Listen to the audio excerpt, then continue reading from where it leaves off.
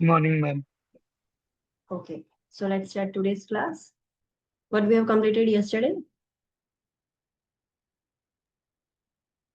Diagnostic test જોયા હતા આઈ માટેના બધા એમાં ફ્લોરોસન એન્જિયોગ્રાફી દેન એના ઇન્ટરવેન્શન્સ જોયેલા પ્રી અને post then computed tomography tonometry ultrasound MRI then problems related eye એના related risk factor refractive errors assessment જોયું હતું then legal blindness. Okay, so let's do a quick revision of our previous class.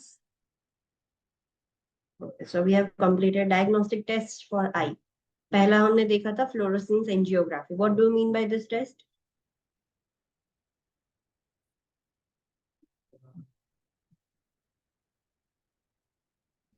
ये test का मतलब क्या? ये test में क्या होता है? આપણે ફ્લોરોસન્ટ ડાઈ ઇન્જેક્ટ કરીશું ઇન્ટુ વેઇન અને એ રેટિના સુધી પહોંચશે અને એને ફ્લોરોસન્સ કરશે અને એનાથી આપણે સિરીઝ ઓફ ફોટોગ્રાફ લઈ શકીશું આઈની અને જે Yes. એબનોર્માલિટી છે બ્લડ સર્ક્યુલેશન રિલેટેડ રેટિનામાં એ આઈડેન્ટિફાઈ કરી શકીશું. हाँ, सो सर्कुलेशन कैसा है, इम्पेयर्ड है, बीच में कुछ ऑब्स्ट्रक्शन है, ब्लीडिंग हो रहा है, रेटिनोपैथी हो गया है, जो आर्टरीज है वो डैमेज हो गई है, कि क्या हुआ है प्रॉब्लम, इन शॉर्ट हमें पता चल जाएगा. उसकी प्री प्रोसीजर इंटरवेंशन क्या करेंगे हम?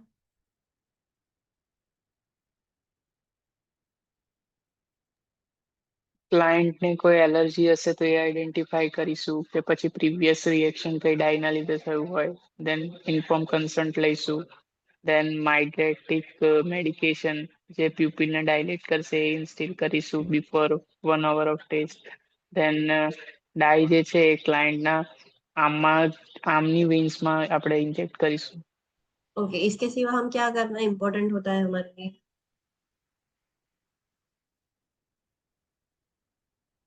दो इम्पोर्टेंट पॉइंट्स जो आपको करने होते हैं whenever you are doing any diagnostic test with the die.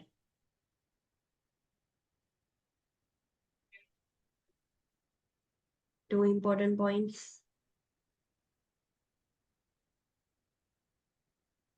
Kidney function create yes, renal function test RFT या किडनी फंक्शन टेस्ट हमें करना होगा, जिसमें भी यूएन क्रिएटिनिन हम चेक करेंगे. And one another important point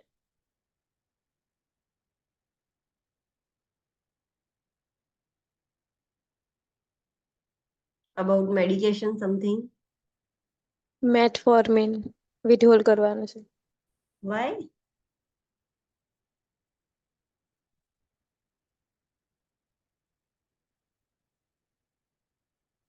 Metformin क्यों withhold करना है? Is it necessary?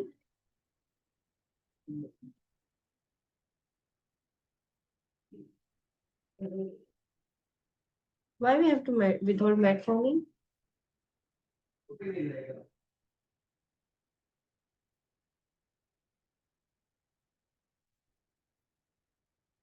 You are correct, but give me rational. Rational. हाँ, बिकॉज मेटफॉर्मिन एंड डाई जब एक दूसरे के कांटेक्ट में आते हैं और प्लस ऊपर से पेशेंट लाइक डिहाइड्रेटेड है, पानी कम पी रहा है, सो दोनों का रिएक्शन होके लैक्टिक एसिडोसिस हो जाएगा, किडनी फेल हो जाएगी. सो दिस इज अ कॉन्सिक्वेंसेस और प्रॉब्लम कॉम्प्लिकेशन है, तो मेटफॉर्मिन विथहोल्ड करना है. एंड इमीडिएटली आफ्टर प्रोसीजर हम मेटफॉर्मिन दे देंगे. फिर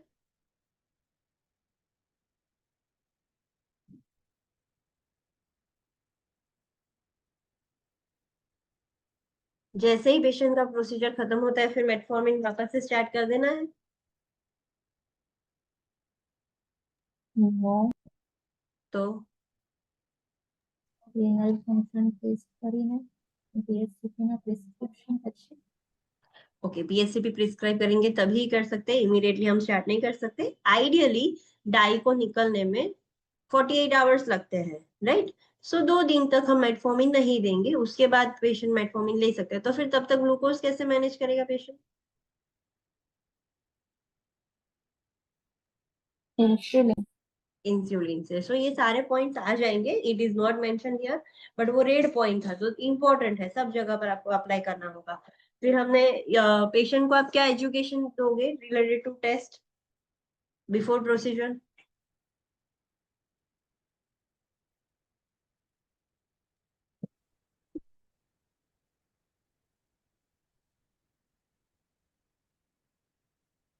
Skin color related. ओके, तो क्या होगा?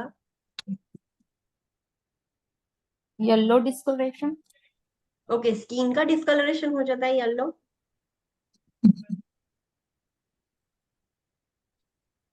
येलो, स्किन येलो हो जाएगी just like that happens in jaundice. Maybe yes. Okay, another students.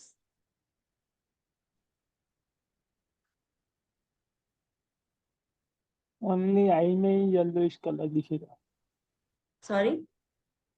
आई में ज खाली येलो कलर है। हाँ, उसको स्किन अपीयर होगी कि येलो हुई है। स्किन येलो नहीं होती, बट पेशेंट को दिखता है कि वो येलो हो गई। This is completely normal. And urine का कलर कैसा होगा? ग्रीन और ऑरेंज। यस, ब्राइट ग्रीन और ब्राइट ऑरेंज होगा, and this is also normal. फिर पेशेंट को क्या और क्या चीजें होगी जो नॉर्मल है?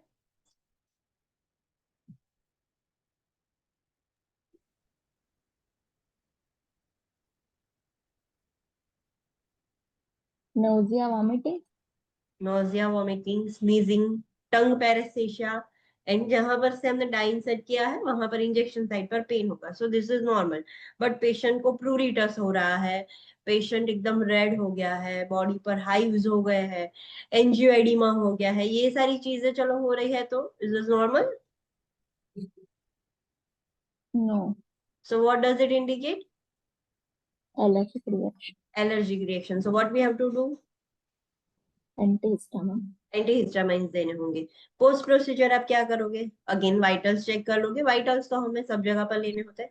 पेशेंट को बोलना है रेस्ट करे, एंड जितना हो सके उतना ज्यादा पानी पिए। अगर कोई कॉन्ट्राइंडिकेशंस ना है तो पानी ज्यादा पिए कि जिससे वो डाई निकल जाए।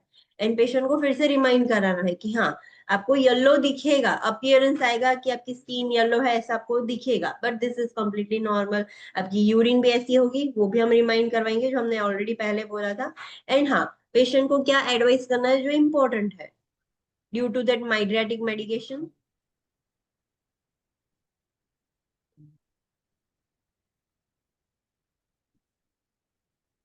क्या बोलना होगा पेशेंट को?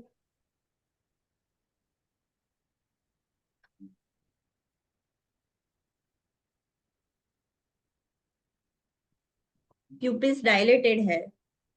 हमारी प्यूपिल्स का काम क्या है?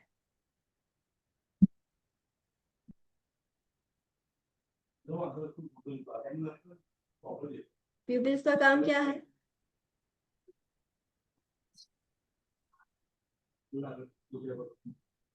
We have studied this, students. Reacts per se light and dark. हाँ, सो इन शॉर्ट, लाइट कितना अमाउंट लाइट अंदर रेटिना पर जाएगा वो कंट्रोल करने का काम प्यूपिल्स का है। बहुत ज्यादा लाइट होती है तो प्यूपिल्स क्या करती है? डायलेट हो जाती है। Constrict. यस, कंस्ट्रिक्ट हो जाती है, तो ज्यादा लाइट ना जाए वरना रेटिना डैमेज हो जाएगा ड्यू टू एक्सेसिव लाइट। कम लाइट होती है तो हमारी प्यूपिल डायलेट होती है कि जितनी बन सके उतनी ज्यादा लाइट अंदर जा सके। सो हमने ऑलरेडी माइग्रेटिक मेडिकेशन दी है, प्यूपिल डायलेटेड रहेगी। सो पेशेंट ब्राइट सनलाइट में जाएगा तो प्यूपिल तो कंस्ट्रिक्ट होगी नहीं, तो फिर रेटिना डैमेज हो सकता है। सो इसीलिए पेशेंट को क्या बोलना है? Sunglasses wear करे outside. हाँ, बने तो इतना इंडोर ही रहना है, बट कुछ काम आ गया है, पेशेंट इंडोर नहीं रह सकता, तो बाहर जाते वक्त एटलीस्ट अच्छे वाले सन ग्लासेस पहने, प्रोटेक्टिव सन ग्लासेस। ऐसे नहीं कि सिर्फ फैशन वाले हो एंड लाइट ज्यादातर उससे जा रही है, ऐसे नहीं, डार्क सन ग्लासेस अच्छे से पहने। एंड पेशेंट को फोटोफोबिया भी होगा, लाइक घर की भी लाइट से ऐसे उसको देखने में दिक्कत होगी, बट वो जैसे जैसे प्यूपिल नॉर्मल हो जाएगी वो ठीक हो जाएगा। ओके, देन सीटी स्कैन, उसमें क्या था?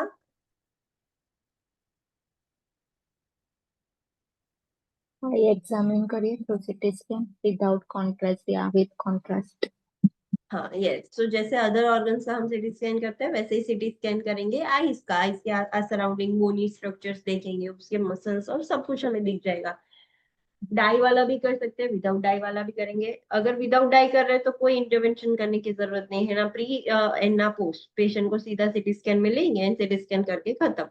बट अगर हम डाई इंसर्ट कर रहे हैं तो वो पेशेंट के लिए pre procedure intervention and post procedure intervention हमारे बढ़ जाएंगे। तो वो चीजें सब ध्यान रखना है। अगर हम डाई विदाउट कॉन्ट्रास्ट या विद कॉन्ट्रास्ट कर रहे हैं, पेशेंट को एक चीज आप बोल देना कि आपको ऐसा लगेगा कि आप कन्फाइंड स्पेस में हो। We have to check whether the patient is claustrophobic और नॉट। अगर क्लॉस्ट्रोफोबिक है तो उसको सपोर्ट करना है, हेल्प करनी है। सो ये चीज उसको पहले से ही बता देनी है कि आपको ऐसा फील होगा कि आपको एक बंद स्पेस में है and you don't have to move your head. आपको हेड स्टिल रखना है, मूव नहीं करना है। ये आप सिर्फ बोल दोगे, इन्फॉर्म कर दोगे। फिर हमने देखा था slit lamp. Slit lamp test में क्या होगा?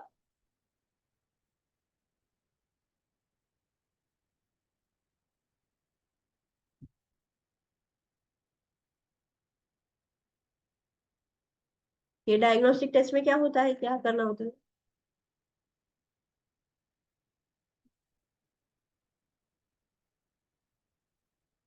Machine through eye examination. Yes, there is a device.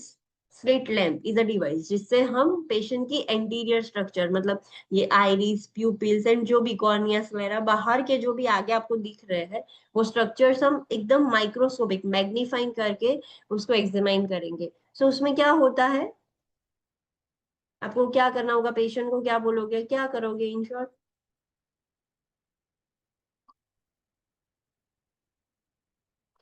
Patient को तो पता नहीं है, पेशेंट ने फर्स्ट टाइम देखा है। सो पेशेंट को क्या करना है? पेशेंट आपके सामने देखेगा, क्या करूं मैं, ऐसे बैठा है, तो क्या बोलोगे आप? સિટિંગ પોઝિશન પ્રોવાઈડ કરવાની અને ચીન છે ને લીન ફોરવર્ડ કરીને સ્ટેબલાઇઝ કરવાનું હેડ. एंड और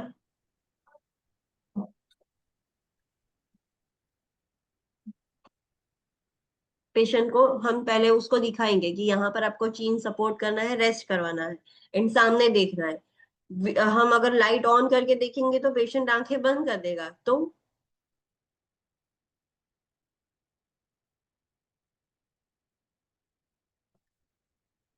फिर हम टेस्ट कैसे करेंगे? We have to advise the patient कि ब्राइटनेस से शायद आपको थोड़ा डिस्कम्फर्ट होगा, but still you have to keep your eyes open and सामने जो आपका एग्जामिनर है उसके कान की तरफ फोकस करो। डोंट फोकस ऑन लाइट, आप कान की तरफ देखो, एग्जामिनर के ईयर्स की तरफ देखोगे तो आपकी आईज ओपन रहेगी, थोड़ा डिस्कम्फर्ट थोड़ा कम हो जाएगा। फिर हमने देखा था corneal staining. What is this test? Topical dye આપણે ઇન્સ્ટિલ કરીશું કન્જેવાઇટલ સેકમાં અને પછી જે આઈ છે એને આપણે બ્લુ ફિલ્ટરમાં મ્યુટ કરીશું અને એમાં જો બ્રાઇટ ગ્રીન કલર હશે તો એ નોન ઇન્ટેક્ટ જે એપિથેલિયમ છે એ ડિટેક્ટ કરશે. ओके, इंटरवेंशंस क्या करेंगे हम? કોન્ટેક્ટ લેન્સ પહેરેલા હશે તો એ રિમૂવ કરવા પડશે. દેન ક્લાયન્ટને ઇન્સ્ટ્રક્ટ કરવાનું છે કે આપ ડાય ઇન્સર્ટ કર્યા પછી એ બ્લિંક ના કરે, નહીં તો ડાય ઇવનલી ડિસ્ટ્રીબ્યુટ નહીં થાય અક્રોસ ધી કોર્નિયા. ब्लिंक ना करे कि ब्लिंक करना है? બ્લિંક કરવાનું છે. ब्लिंक हाँ ब्लिंक करना है. हाँ, ब्लिंक करने के लिए बोलना है, नहीं तो डाई तो कंजक्टिवा पर ही रहेगी।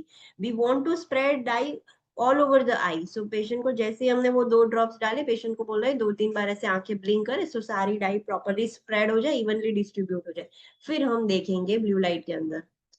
ओके, फिर हमने देखा था टोनोमेट्री टेस्ट। टोनोमेट्री टेस्ट किसके लिए है?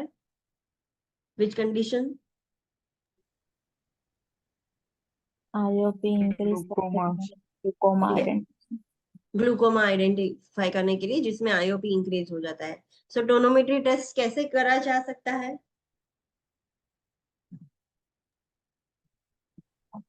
Contact and non-contact. Okay, contact and non contact क्या होता है उसमें, चलो बताओ मुझे।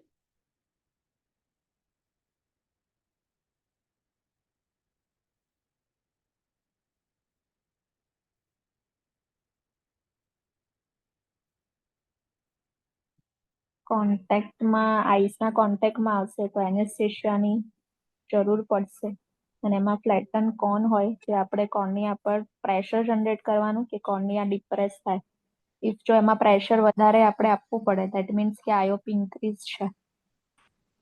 ओके सो कॉन्टेक्ट टोनोमेट्री में एक डिवाइस होता है ये, हाँ, अगर हम कॉन्टेक्ट टोनोमेट्री कर रहे हैं तो हमें टॉपिकल एनेस्थेटिक एजेंट्स देने होंगे।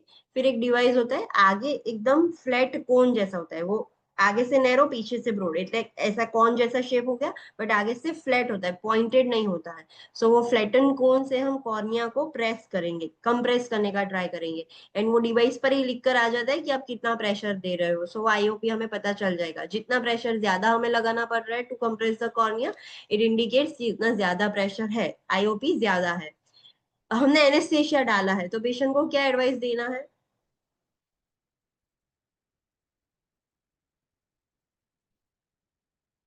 રબિંગ નહીં કરવાની આઈસ કે જેનાથી ओके क्यों रब नहीं करना है? बिकॉज ये इंजरी के चांसेस है, क्यों? સેન્સેશન નહીં હોય ને ડિક્રીઝ હશે. यस पेशेंट, हम रब करते हैं तो जब हमें डिस्कम्फर्ट फील होता है we stop rubbing our eyes, but patient को एनेस्थेशिया की वजह से पता नहीं चलेगा कि पेशेंट बहुत हार्ड रब कर रहा है कि क्या कर रहा है, और उसकी वजह से शायद कॉर्निया डैमेज हो सकता है। सो पेशेंट को बोलना है कि don't rub your eyes after the test. Non contact tonometry में क्या होता है?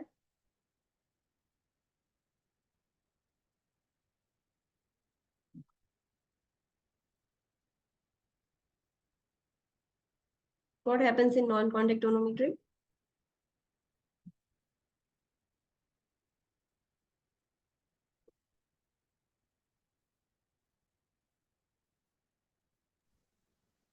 ડિરેક્ટલી કોન્ટેક્ટ નહીં હોય તો એનેસ્થેશિયા નીડેડ નથી.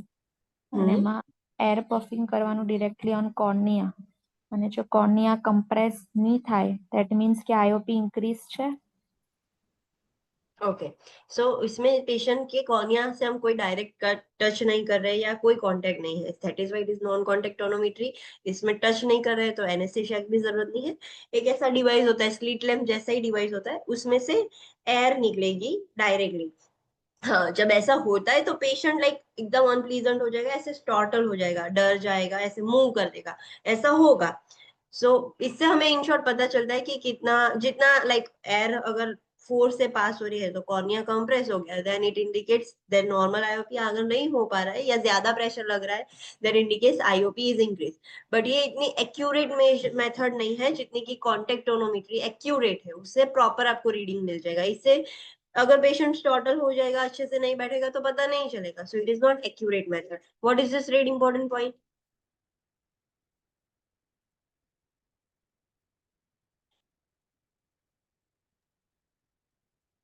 નોર્મલ જે ઇન્ટ્રાઓક્યુલર પ્રેશર છે એ 10 to 21 mm ઓફ એચજી હશે અને વેરિએટ થશે થ્રુ આઉટ ધી ડે, અને નોર્મલી મોર્નિંગમાં એ હાયર હશે, અને એટલા માટે ઓલવેઝ જે ટાઈમ છે આઈઓપી મેઝરમેન્ટનો એ આપણે ડોક્યુમેન્ટ કરવાનું રહેશે. ओके मॉर्निंग में हायर है so it is more than 21। No. Okay no, normally high है। 21 से ज्यादा हो जाएगा तो हम आईओपी इंक्रीज हो गया ऐसा बोलेंगे, but it is normal high range में होगा। अल्ट्रासाउंड हमने देखा था, ultrasound just like other organs, eyes का भी अल्ट्रासाउंड करेंगे, and MRI just like other organs हम आईज का भी एमआरआई करेंगे। फिर हमने आईज के प्रॉब्लम के रिस्क फैक्टर देखे थे, कौन सी वजह से आई प्रॉब्लम हो सकते हैं?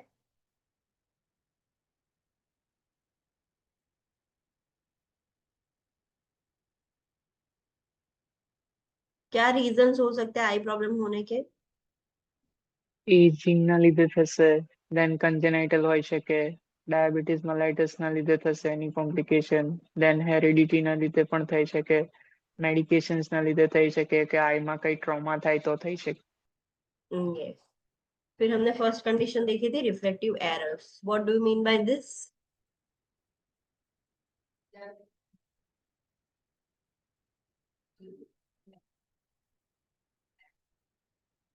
ऐसा याद रखना है, रिफ्लेक्टिव एरर्स मतलब नजदीक या दूर का अच्छे से क्लियर नहीं दिख रहा है। So how many types of reflective errors are there?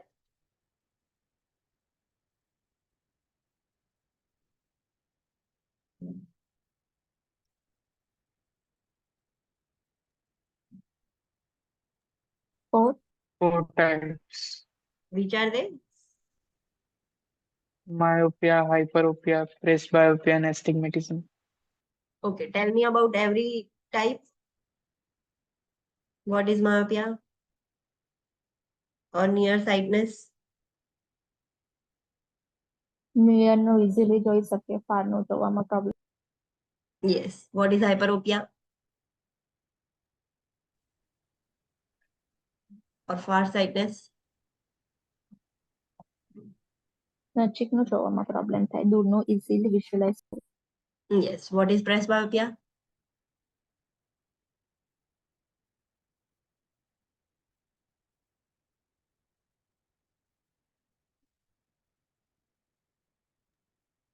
Ageing What is સાથે લેન્સની જે ઇલાસ્ટિસિટી છે એ લૂઝ થતી જશે, એટલે પ્રોપર ફોકસ નહીં કરી શકે પેશન્ટ, Okay, નજીકનું so નહીં. yes, so उसको दूर का अच्छे से दिखाई देगा, नजदीक का नहीं दिखाई देगा, but this is due to ageing. Ageing की वजह से जो लेंस है उसकी इलास्टिसिटी चली गई है, वो अच्छे से एडजस्ट नहीं हो पा रहा है. सो पेशेंट को नजदीक का नहीं दिख रहा है, दूर का अच्छे से दिख रहा है. And astigmatism means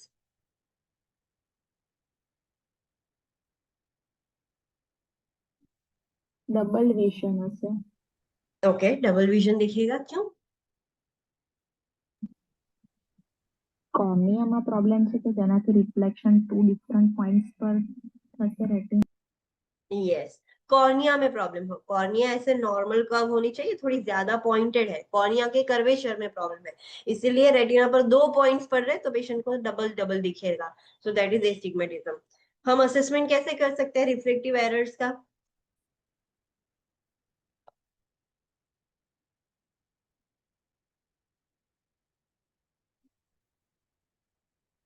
How can I identify that patient is having myopia, hyperopia, presbyopia, astigmatism? By exam. Sorry, by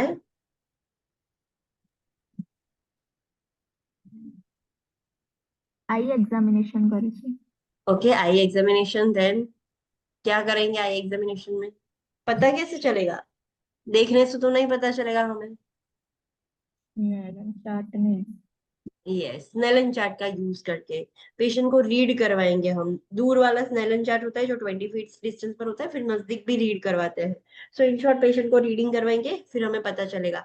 साथ में अगर पेशेंट को रीड नहीं हो रहा है तो हम वो जो ऑप्टोमेट्रिस्ट होता है वो डिवाइस ग्लास आगे रखता है. स्पेशल चश्मे आते हैं, उसके अंदर ग्लास, अलग अलग टाइप के ग्लास रखेगा, एंड पता चलेगा कि पेशेंट को क्या है एग्जैक्टली. हाइपरोपिया है, मायोपिया है, प्रेस बायोपिया तो लाइक एजिंग की वजह से अगर कोई एजेड पर्सन जाता है तो उनको पहले ही डायग्नोज हो जाता है कि इसको प्रेस बायोपिया हुआ होगा. सो ऐसे हमें पता चल जाएगा. ट्रीटमेंट क्या कर सकते हैं हम for reflective errors?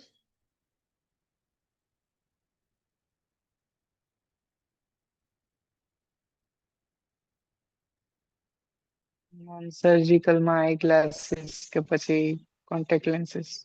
Yes. And surgical? Radial keratotomy કરી શકીએ, then photo refractive keratotomy, then LASIK અને કોર્નિયલ રિગિંગ. What is radial keratotomy? Radial incision મૂકીને ફ્લેટન કરી દેવાની કોર્નિયા. हाँ, हमने कॉर्निया के साइड्स में इंसिजन रख के कॉर्निया को फ्लैट कर दिया है. What is photo reflective केराटोटॉमी?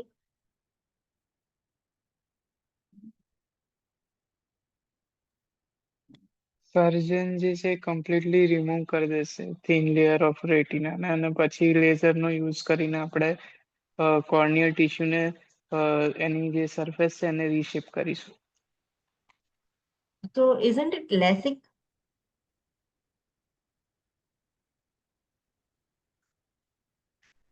લેસિકમાં આપણે ખાલી જે થિન લેયર હશે એ જ ફ્લેપ કરીશું. Flap Okay. કરીને પછી हाँ, फ्लैप करके फिर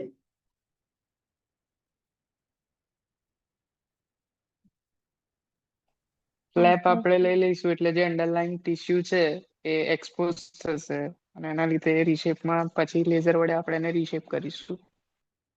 हाँ. सो फोटो रिफ्लेक्टिव केरेटोटॉमी में हम फ्लैप रिमूव नहीं करते. This is the difference. Flap remove करे बगैर सीधा वो लेजर लाइट से हम कॉर्नियल सरफेस को रीशेप करेगी, जिससे इमेज प्रॉपरली रेटिना पर ही अब फॉल होगा एंड पेशेंट को अच्छे से दिखेगा।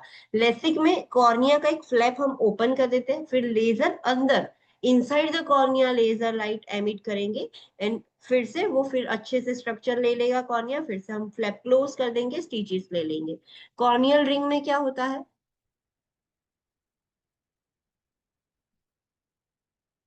Surrounding cornea ring flexible ring આપણે ઇન્સર્ટ કરીએ यस, सो कॉर्निया के आसपास बाहर से एक रिंग हम इम्प्लांट कर देंगे, रिंग इंसर्ट करेंगे जो फ्लेक्सिबल होती है, जो कॉर्निया के शेप को मेंटेन करने में हेल्प करेगा। सो पेशेंट के इमेजेस प्रॉपर रेटिना पर ही फॉल होंगे। ओके, फिर हमने लीगल ब्लाइंडनेस देखा था। What is this legal blindness? मतलब कौन से पेशेंट को हम ब्लाइंड बोलेंगे?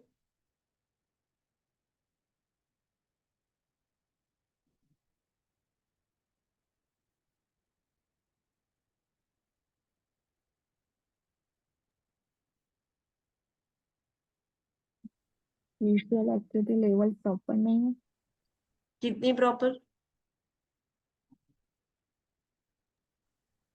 નોર્મલી 20/20 હોય તો જો ओके, सो जिसकी 20/40 है तो उसको ब्लाइंड बोल देंगे हम। નો तो फिर greater than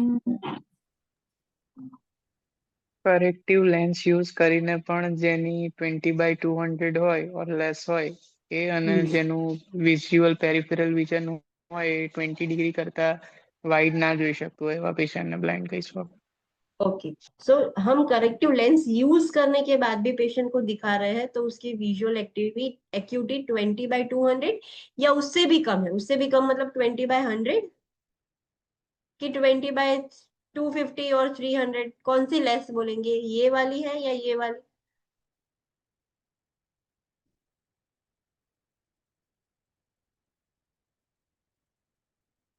using lens the patients visual activity is even 20/200 या उससे भी कम है, तो कैसे होगी? कम है तो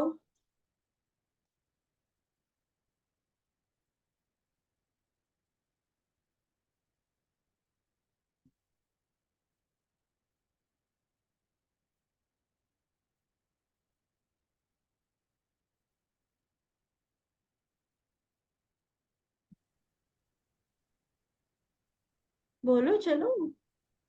250. Yes, greater than 200। So less है मतलब ऐसा नहीं कि 20/100, जो ये साइज है अल्फाबेट की। So using a corrective lens उसको 20 फीट से 200 भी नहीं दिख रहे, उससे भी कम दिख रहा है। सो 400 के भी शायद नहीं दिख रहे होंगे। ऐसे लेस बोला है, सो 100 नहीं बोलना है, but it would number would be greater. So उसकी विजन उतना भी पुअर है and normally we can see 180 degree, right? Though we are looking forward, हमें साइड्स का दिखता है। ये पेशेंट को 20 डिग्री से ज्यादा नहीं दिखेगा, वाइडेस्ट डायमीटर सिर्फ 20 डिग्री है। सो इस ऐसे पेशेंट को हम बोलेंगे लीगली ब्लाइंड। ओके, जब भी आप ब्लाइंड पेशेंट की केयर करते हो, ये असेसमेंट करने से पता चल जाएगा दैट पेशेंट इज ब्लाइंड। अब इंटरवेंशंस क्या करनी है? ब्लाइंड पेशेंट को केयर करते हो तो आपको क्या ध्यान रखना है?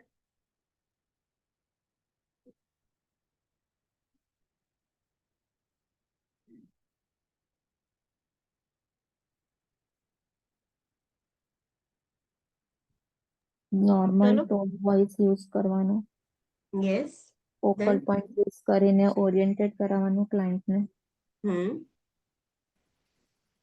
એન્વાયરમેન્ટથી ઓરિએન્ટ કરાવવાનું અલર્ટ કરવાનું ક્લાયન્ટને કોઈ પણ અપ્રોચ કરીએ પહેલા यस, ક્લાયન્ટને ટચ કરવા દેવાનું ઓબ્જેક્ટ કે ફીલ કરી શકે हम्म,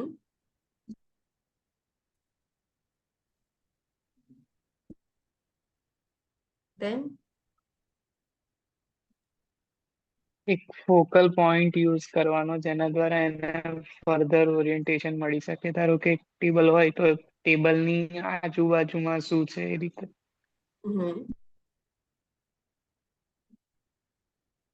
મીલ્સ માટે clock placement of food tray use કરવાની ये हाँ,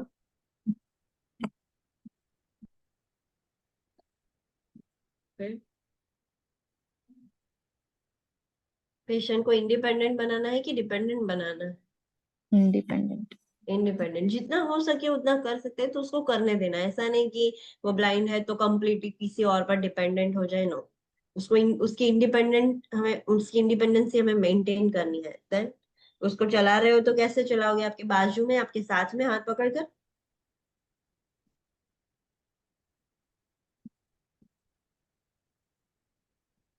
यू एंड यूएपी आप दोनों मिलकर पेशेंट को पकड़कर एम्बुलेट कराओगे। આપણે આગળ ચાલવાનું, ક્લાયન્ટને પાછળ થોડું બી okay, 1 step behind you. Okay, आपके पीछे रहेगा पेशेंट। एंड कैसे चलेगा? आप दोनों हाथ पकड़ के चलोगे।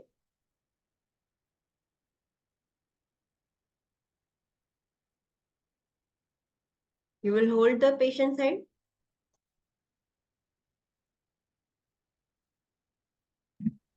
આપણે પેશન્ટ ક્લાયન્ટ જે છે એ ગ્રાસ્પ કરશે નર્સની જે એલ્બો છે અને એને આપણે ક્લોઝ રાખીશું આપણી બોડીથી, એટલે એને ડાયરેક્શન મળી રહે।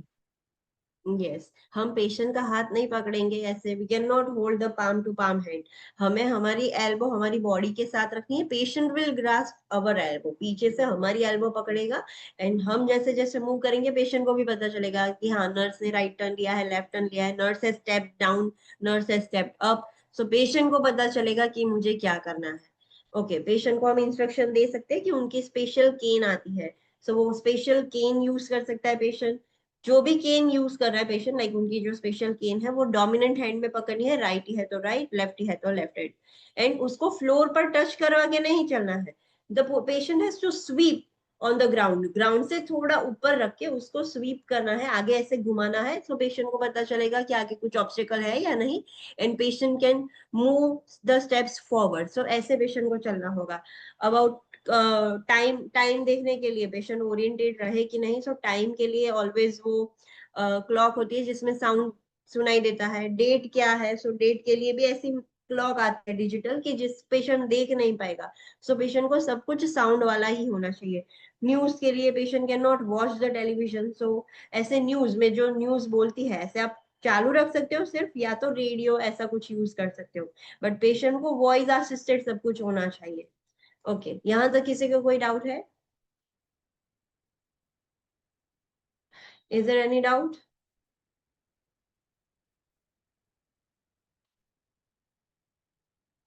Okay, so let's start new condition, that is cataract. Tell me, what do you mean by cataract? What is cataract? Lens opaque हो जाता है। क्या बोलते हैं हम उसको कॉमन लैंग्वेज में? મોતિયો मोतियो, यस। सो इन शॉर्ट जो हमारा लेंस है, लेंस ट्रांसपेरेंट है। कॉर्निया के पीछे आइरिस है, आइरिस के सेंटर में प्यूपिल है, उसके पीछे लेंस है। वो लेंस ओपेक हो गया है, ऐसे धुंधला हो गया है। सो उसकी वजह से पेशेंट को अच्छे से दिखाई नहीं देगा। So that is called as cataract. So cataract वाले पेशेंट आप देखोगे तो जो प्यूपिल है, आइरिस के बीच का जो ब्लैक होल होता है, वो हमें ऐसे व्हाइट क्रिस्टल मोती के दाने जैसा दिखेगा। So it is called as मोतियो in Gujarati.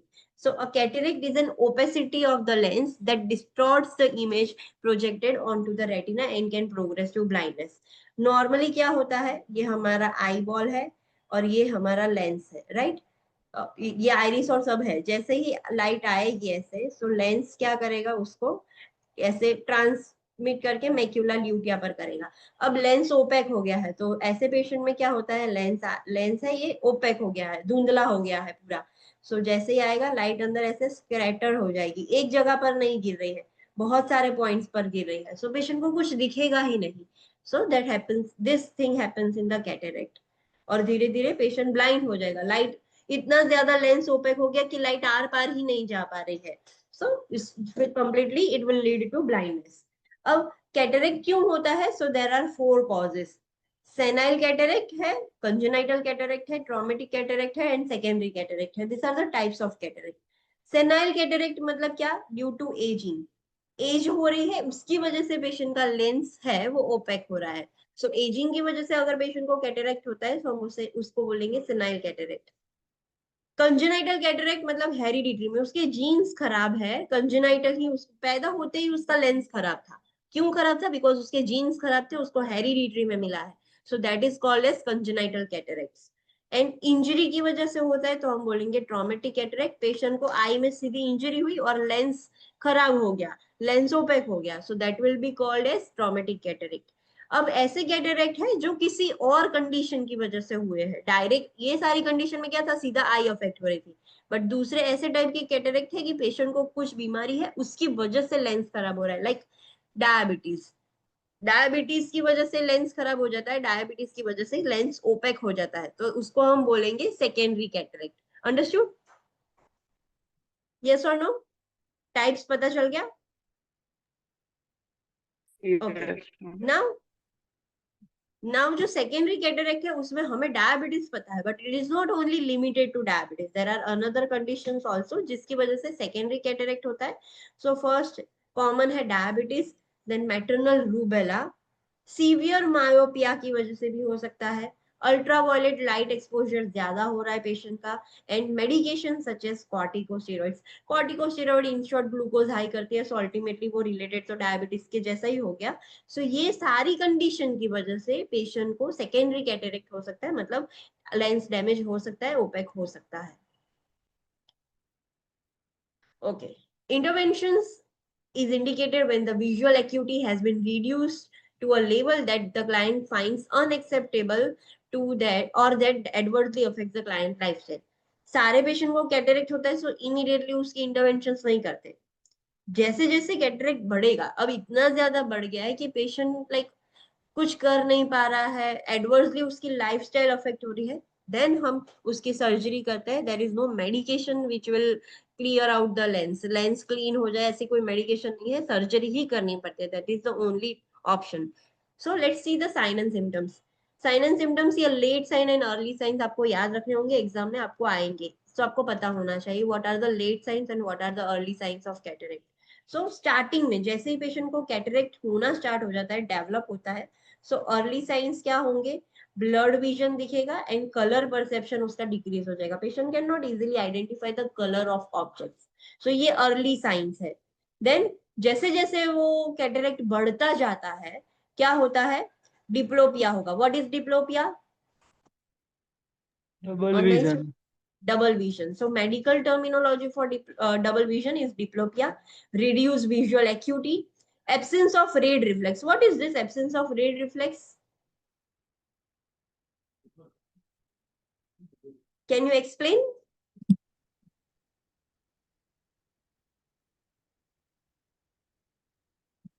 What is this?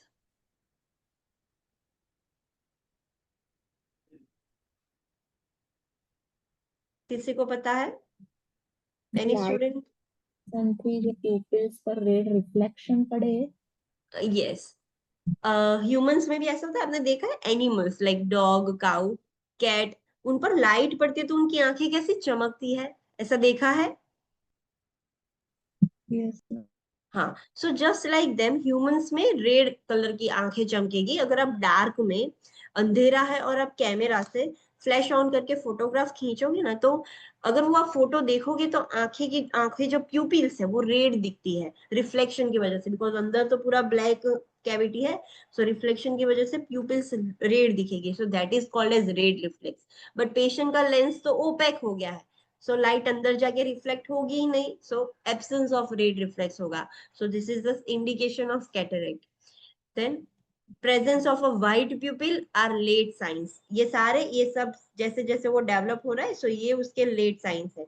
Diplopia हो गया, रिड्यूस विजुअल एक्यूटी हो गया, रेड रिफ्लेक्स एब्सेंट हो गया, एंड प्यूपिल ये आपको व्हाइट दिखेगी। सो ये जैसे जैसे कैटरेक्ट डेवलप हो रहा है लेट साइंस में ये होगा। पेन और eye redness is associated with age related cataract formation, मतलब सिनाइल कैटरेक्ट थे उसमें क्या होगा, ये साइन एंड सिम्टम्स देखेंगे, पेशेंट को आंखों में दर्द होगा एंड आंखें रेड हो जाएगी, so it happens with the senile cataract. Loss of vision is gradual, धीरे धीरे जैसे बढ़ता जाएगा लॉस ऑफ विजन भी होता जाएगा, पेशेंट कंप्लीटली ब्लाइंड भी हो सकता है। फिर हम सर्जरी करके ठीक कर देंगे तो वापस से देखना स्टार्ट हो जाएगा, बट तब तक अगर बहुत ज्यादा ओपेक हो गया होगा लेंस, सो पेशेंट को दिखेगा नहीं। सो ये उसके साइन एंड सिम्टम्स है। Interventions we know there is only surgical option, no medical option. So surgical removal of lens, one eye at a time is performed. हम सर्जरी करके जो खराब लेंस है वो निकाल देंगे। एंड अगर पेशेंट को दोनों आंख में कैटरेक्ट हो गया है तो दोनों आंख का सर्जरी साथ में नहीं कर सकते। एक आंख की सर्जरी एक बार में, फिर दूसरी बार में दूसरी आंख, one I eight a time, दोनों एक साथ नहीं कर सकते। क्या क्या सर्जरी की जा सकती है, तो ये सारे सर्जिकल ऑप्शंस है, स्टेप बाय स्टेप होता है। फर्स्ट टाइप है with extra capsular extraction. Extra capsular extraction में क्या करेंगे doctor, the lens is lifted out without removing the lens capsule. The procedure may be performed by phacoemulsification, in which the lens is broken by ultrasonic vibration and extracted. Let me show you extracapsular extraction. So ये image में आप दिख रहे हो कि lens को निकाल दिया है, ये कैटरेक्ट वाला ओपेक लेंस है, ये ओपेक लेंस है, एंड ये लेंस की कैप्सूल है जहां पर लेंस होता है। सो हमने उसकी कैप्सूल एज इट इज रखी है, यू कैन सी हियर, देखो ये कैप्सूल है, उसकी एज इट इज रखा है, उसमें से सिर्फ लेंस निकाल दिया है। सो वो लेंस को हम बाहर निकाल देंगे। अब ये लेंस को निकालने के लिए भी दो मेथड यूज कर सकते हैं। अल्ट्रासोनिक वाइब्रेशन का यूज करके हम लेंस को क्या करेंगे, तोड़ देंगे, उसके टुकड़े कर देंगे, एंड फिर वो लेंस को निकाल देंगे। तो उसकी कैप्सूल एज इट इज रहेगी, हमने सिर्फ लेंस निकाल दिया। So that is called as extracapsular extraction. Understand? Online students, पता चला what is extracapsular extraction, or should I explain it again?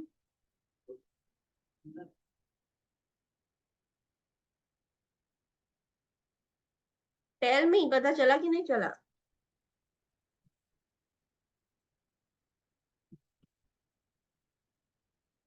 अंदर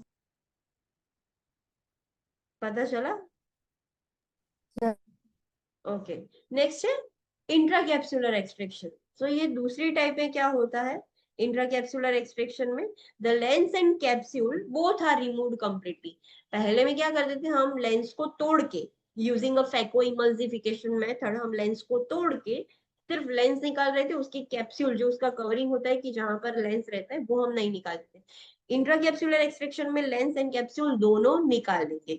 ये हो गया हमारा फर्स्ट स्टेप था।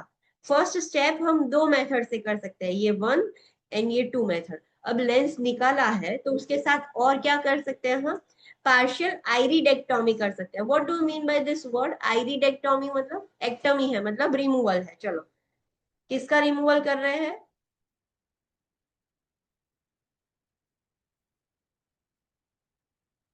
What we are removing, iris iris. Yes, so partially कुछ portion of iris हम रिमूव कर रहे हैं।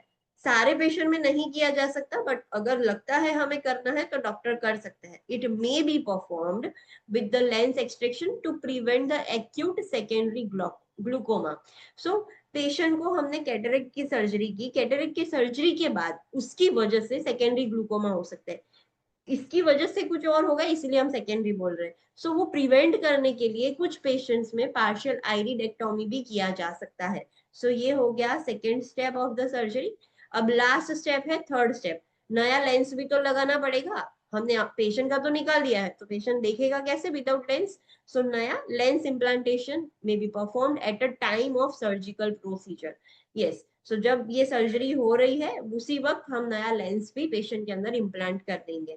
सो this is the three step procedure. पहले लेंस को निकालना है, उसके बाद आइरिडेक्टोमी करना है, उसके बाद नया लेंस इंसर्ट करना है।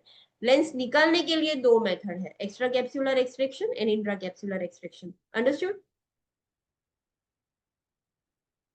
તમે આઈરિસ રિમૂવ કરીએ તો આઈઓપી કઈ રીતે પ્રિવેન્ટ કરી શકીએ? ओके ओके, अब टेल मी कि आईओपी कैसे बढ़ता है।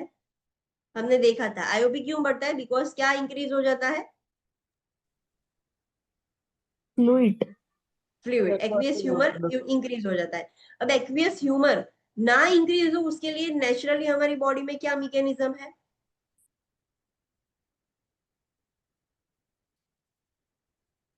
उसको मेंटेन क्या कौन करता है, एक्वियस ह्यूमर एक्सेस हो जाए तो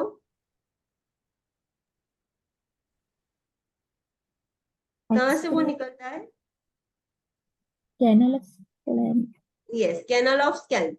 सो कैनल ऑफ स्कैल्प कहां पर है, ये आइरिस है, राइट, ये आइरिस है। पूरे गोल ऐसे आइरिस होती है, राइट? सो ये आइरिस का पोर्शन है, canal of Schlemm is here, so cornea and यहाँ पर होता है, एंड ये आइरिस हो गई, ये लेंस हो गया, ये एंटीरियर चेम्बर है, ये पोस्टीरियर चेम्बर है। सो यहाँ पर जो सिलियरी बॉडी है, it will secrete, ciliary body में से एक्वियस फ्लूइड निकलेगा। सो फ्लूइड यहाँ पर होता है, यहाँ से एक्सेस फ्लूइड ड्रेन आउट होके यहाँ आ जाएगा। अब हम लेंस रिमूव कर रहे हैं, हमने कैप्सूल रिमूव कर दी, तो पॉसिबिलिटी है कि ये आइरिस है ऐसे ब्लॉक हो जाएगा, राइट? सो फिर फ्लूइड यहाँ से जा कैसे पाएगा कैनाल ऑफ स्कैल्प से? So what doctors are doing, थोड़ा आइरिस रिमूव कर देते तो fluid easily in and out हो सके। Got it? When we are studying glaucoma, हम डिटेल में स्टडी करेंगे कि एग्जैक्टली कैसे होता है ग्लूकोमा में, हम देखेंगे, but that is why we are removing, because canal of scalp है वो आइरिस एंड कॉर्निया के बीच में है। सो अगर हमने ये सर्जरी किया है, when we are removing the lens, हमने यहाँ पर मैनिपुलेशन किया है, सो देयर आर चांसेस कि ऑब्स्ट्रक्शन हो सकता है। So we don't want that complication. So doctors क्या करेंगे, थोड़ा आइरिस रिमूव कर देंगे, सो जिससे जगह में जगह बनी रहे, सो वो जो फ्लूइड है वो पोस्टीरियर एंड एंटीरियर चैम्बर में मूव हो सके, वरना वो मूव नहीं हो पाएगा तो प्रेशर बढ़ जाएगा। ओके, अब सर्जरी है तो preoperative and postoperative interventions क्या करेंगे? सो प्री ऑपरेटिव इंटरवेंशंस में क्या होगा, instruct the client regarding postoperative measures such as importance of hand washing, measures to prevent और decrease the IOP. So patient को ये दोनों instructions pre operatively ये दे देनी है कि सर्जरी के बाद आपको क्या ध्यान रखने होंगे। सो वो आप पहले से पेशेंट को सिखाओगे, पेशेंट को बोलना है कि सर्जरी के बाद प्रॉपर हैंड वॉशिंग करना बहुत इंपॉर्टेंट है, आईओपी इंक्रीज ना हो जाए, वो कैसे ध्यान रखना है, या तो आईओपी डिक्रीज करने के लिए आप क्या करोगे, सो अवॉइड बेंडिंग ओवर, ऐसे आगे नहीं झुकना है, आगे झुकने की वजह से फ्लूइड सीधा आंखों पर लाइक प्रेशर पड़ेगा, सो आईओपी इंक्रीज हो जाएगा। कॉफिंग करने की वजह से भी आईओपी इंक्रीज होता है, स्ट्रेनिंग, प्रेशर से ऐसे स्ट्रेन कर रहे हो आप डेफिकेशन वक्त तो भी आईओपी इंक्रीज होता है, रबिंग ऑफ आई करने से भी आईओपी इंक्रीज होता है। सो स्ट्रेनिंग में वेट लिफ्टिंग भी आ जाएगा, ये उसमें भी स्ट्रेन ही करना पड़ता है। सो ये सारी रीजन, ये सारी चीजें अवॉइड करनी है। इससे होता क्या है, आईओपी इंक्रीज होता है, and we want to reduce the IOP, या तो उसको इंक्रीज नहीं होने देना है। सो ये सारी चीजें भी अवॉइड करनी होगी पेशेंट को, वैसा पहले से ही उसको सिखा दोगे। Stress to the client that care after surgery requires installation of various types of eye drops several times a day for 2 to 4 weeks. Patient को बोलना है कि सर्जरी के बाद, बहुत भार दे के बोलना है, स्ट्रेस से बोलना है कि सर्जरी के बाद आपको बहुत सारे अलग अलग टाइप्स के आई ड्रॉप्स इंस्टॉल करने होंगे आंखों में, वो भी बहुत बार, लाइक एक मेडिकेशन एवरी 2 आवरली, एक मेडिकेशन एवरी 4 आवरली होगी, एक ड्रॉप्स एवरी आवरली होगा। सो ऐसे बहुत बार आपको 2 से 4 हफ्तों के लिए वो बहुत सारे आई ड्रॉप्स आपको डालने होंगे। Administer eye medications preoperatively including mydriatics and cycloplegics as prescribed. Patient की 2 मेडिकेशन हम बिफोर सर्जरी 2 मेडिकेशन पेशेंट के अंदर एडमिनिस्टर करेंगे ड्रॉप्स के फॉर्म में। एक माइड्रियाटिक मेडिकेशन है जो क्या करेगा, प्यूपिल प्यूपिल डायलेट कर डायलेशन। यस, साइक्लोप्लेजिक मेडिकेशन है वो क्या करता है, प्लेजिक। हमने ये प्लेजिया वर्ड कहाँ पर पढ़ा है, हेमीप्लेजिया, ये प्लेजिया वर्ड, पैराप्लेजिया, प्लेजिया का मतलब क्या होता है,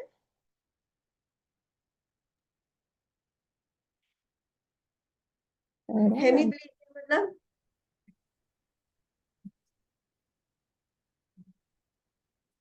what is quadriplegia, what is paraplegia, what is hemiplegia?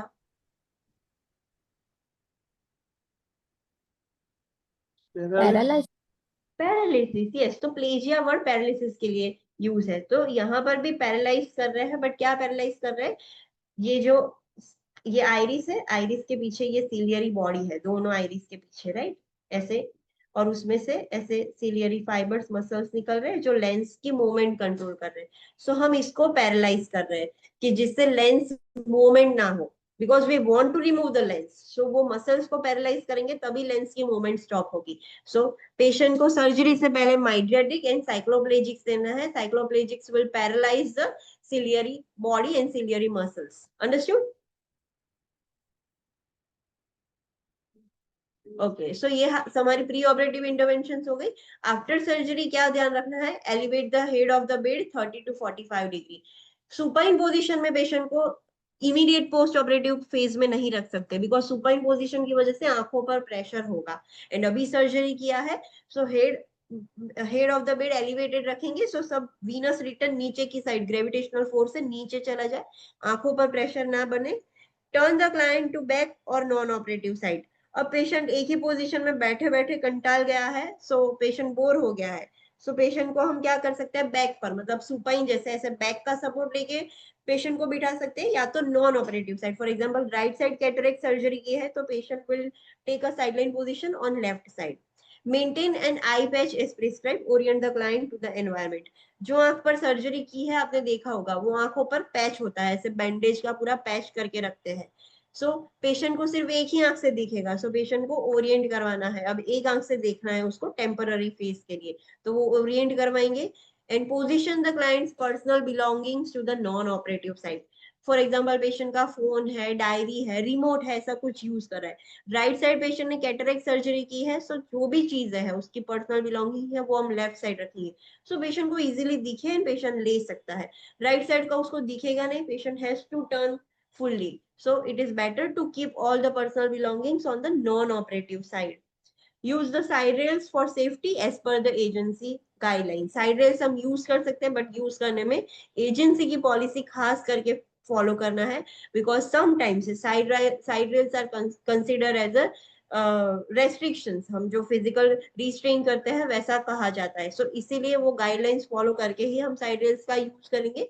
And assist with ambulation, अगर उसको चला रहे हो तो वो भी हेल्प करनी होगी, बिकॉज अभी एक आंख पर पैच लगा हुआ है, पेशेंट को कुछ नहीं दिखेगा एक आंख से। Okay, then client education. अब कैटरेक्ट की सर्जरी हो गई है, पेशेंट डिस्चार्ज कर दिया है, so during discharge what client education you will give to the patient. So first education है अवॉइड आई स्ट्रेनिंग, आंखों पर प्रेशर पड़े ऐसी कुछ भी चीज नहीं करनी है। लाइक डीम लाइट में रीड करना, कम लाइट है ऐसा रीडिंग कर रहे हो, कुछ काम कर रहे हो कि आंखों पर ज्यादा जोर पड़ रहा है, सो ऐसी कुछ भी चीज नहीं करनी है। Use proper lighting for reading, excessive mobile phone use करना, ऐसा कुछ नहीं करना है कि जिससे आंखों पर स्ट्रेस पड़े। Then avoid rubbing and placing pressure on the eyes, eyes को ऐसे रब नहीं करना है, आईज पर ऐसे जोर से प्रेशर भी अप्लाई नहीं करना है। Avoid rapid movement, straining, sneezing, coughing, bending over, vomiting और lifting objects heavier than 5 pound और एज प्रिस्क्राइब, इसमें 5 पाउंड है तो ये याद रखना है।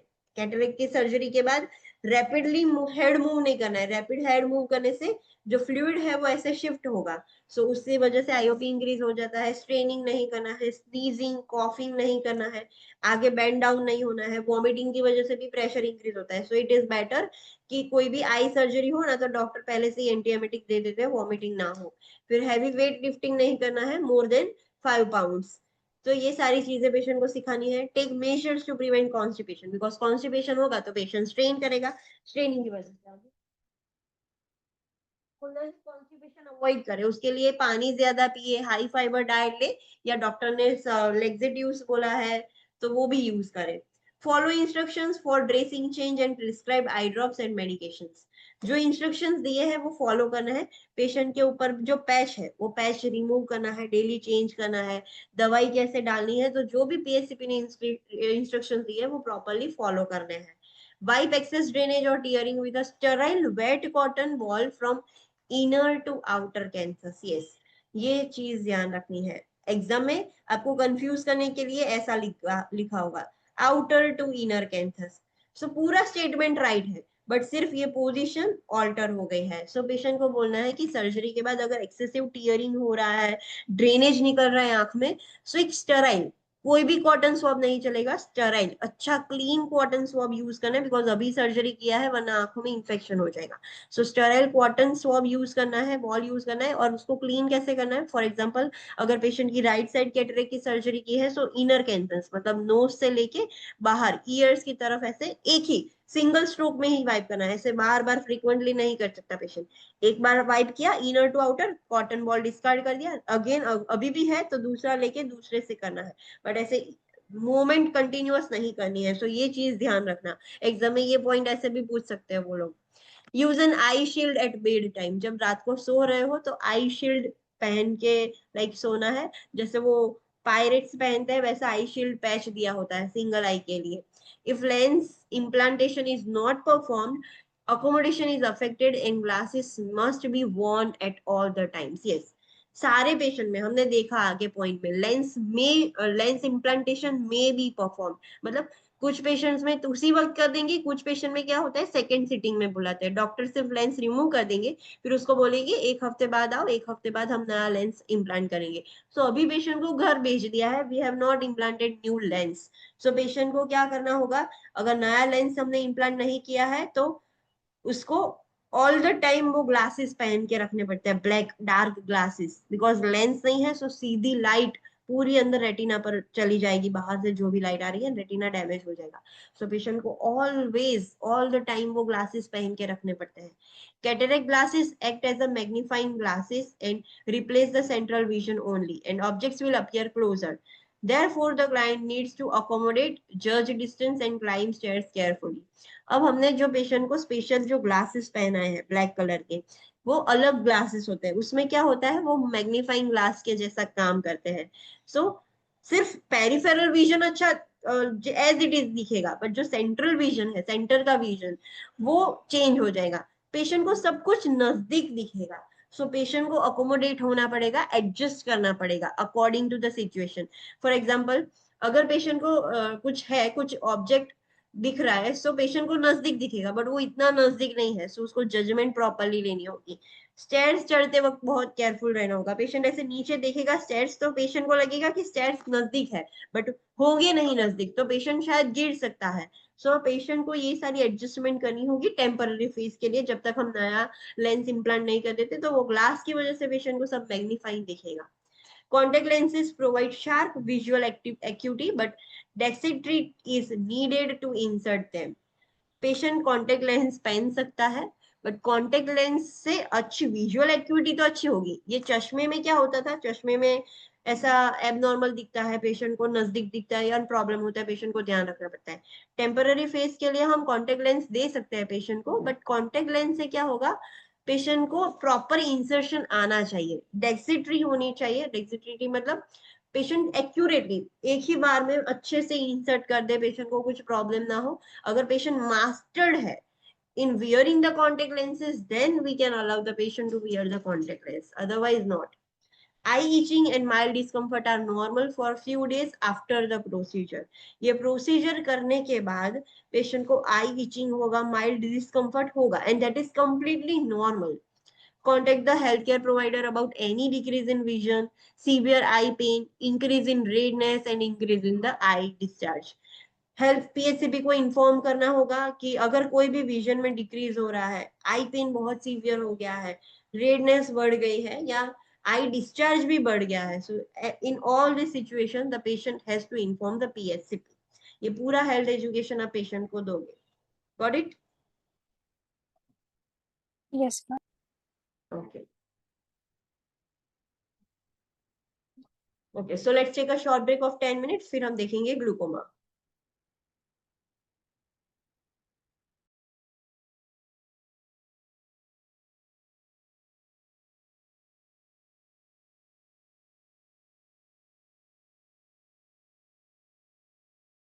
Yes. Yes Are you ma'am. back? Okay. So let's start with the condition called as glaucoma. Okay. So we know what is glaucoma. जब IOP increase हो जाता है तब हम उसको बोलते हैं ग्लॉकोमा, और सम सेज ग्लूकोमा. IOP क्यों बढ़ा? बिकॉज एक्वियस ह्यूमर जो फ्लूइड था उसका प्रेशर बढ़ा है, इसीलिए IOP इंक्रीज हुआ है. सो let's C a group of ocular disease resulting in increased IOP. So patient को कुछ और बीमारी है, कुछ ocular disease हुआ है, उसकी वजह से IOP इंक्रीज हो गया, एंड IOP इंक्रीज हो जाएगा तब हम उसको बोलेंगे that patient is having glaucoma.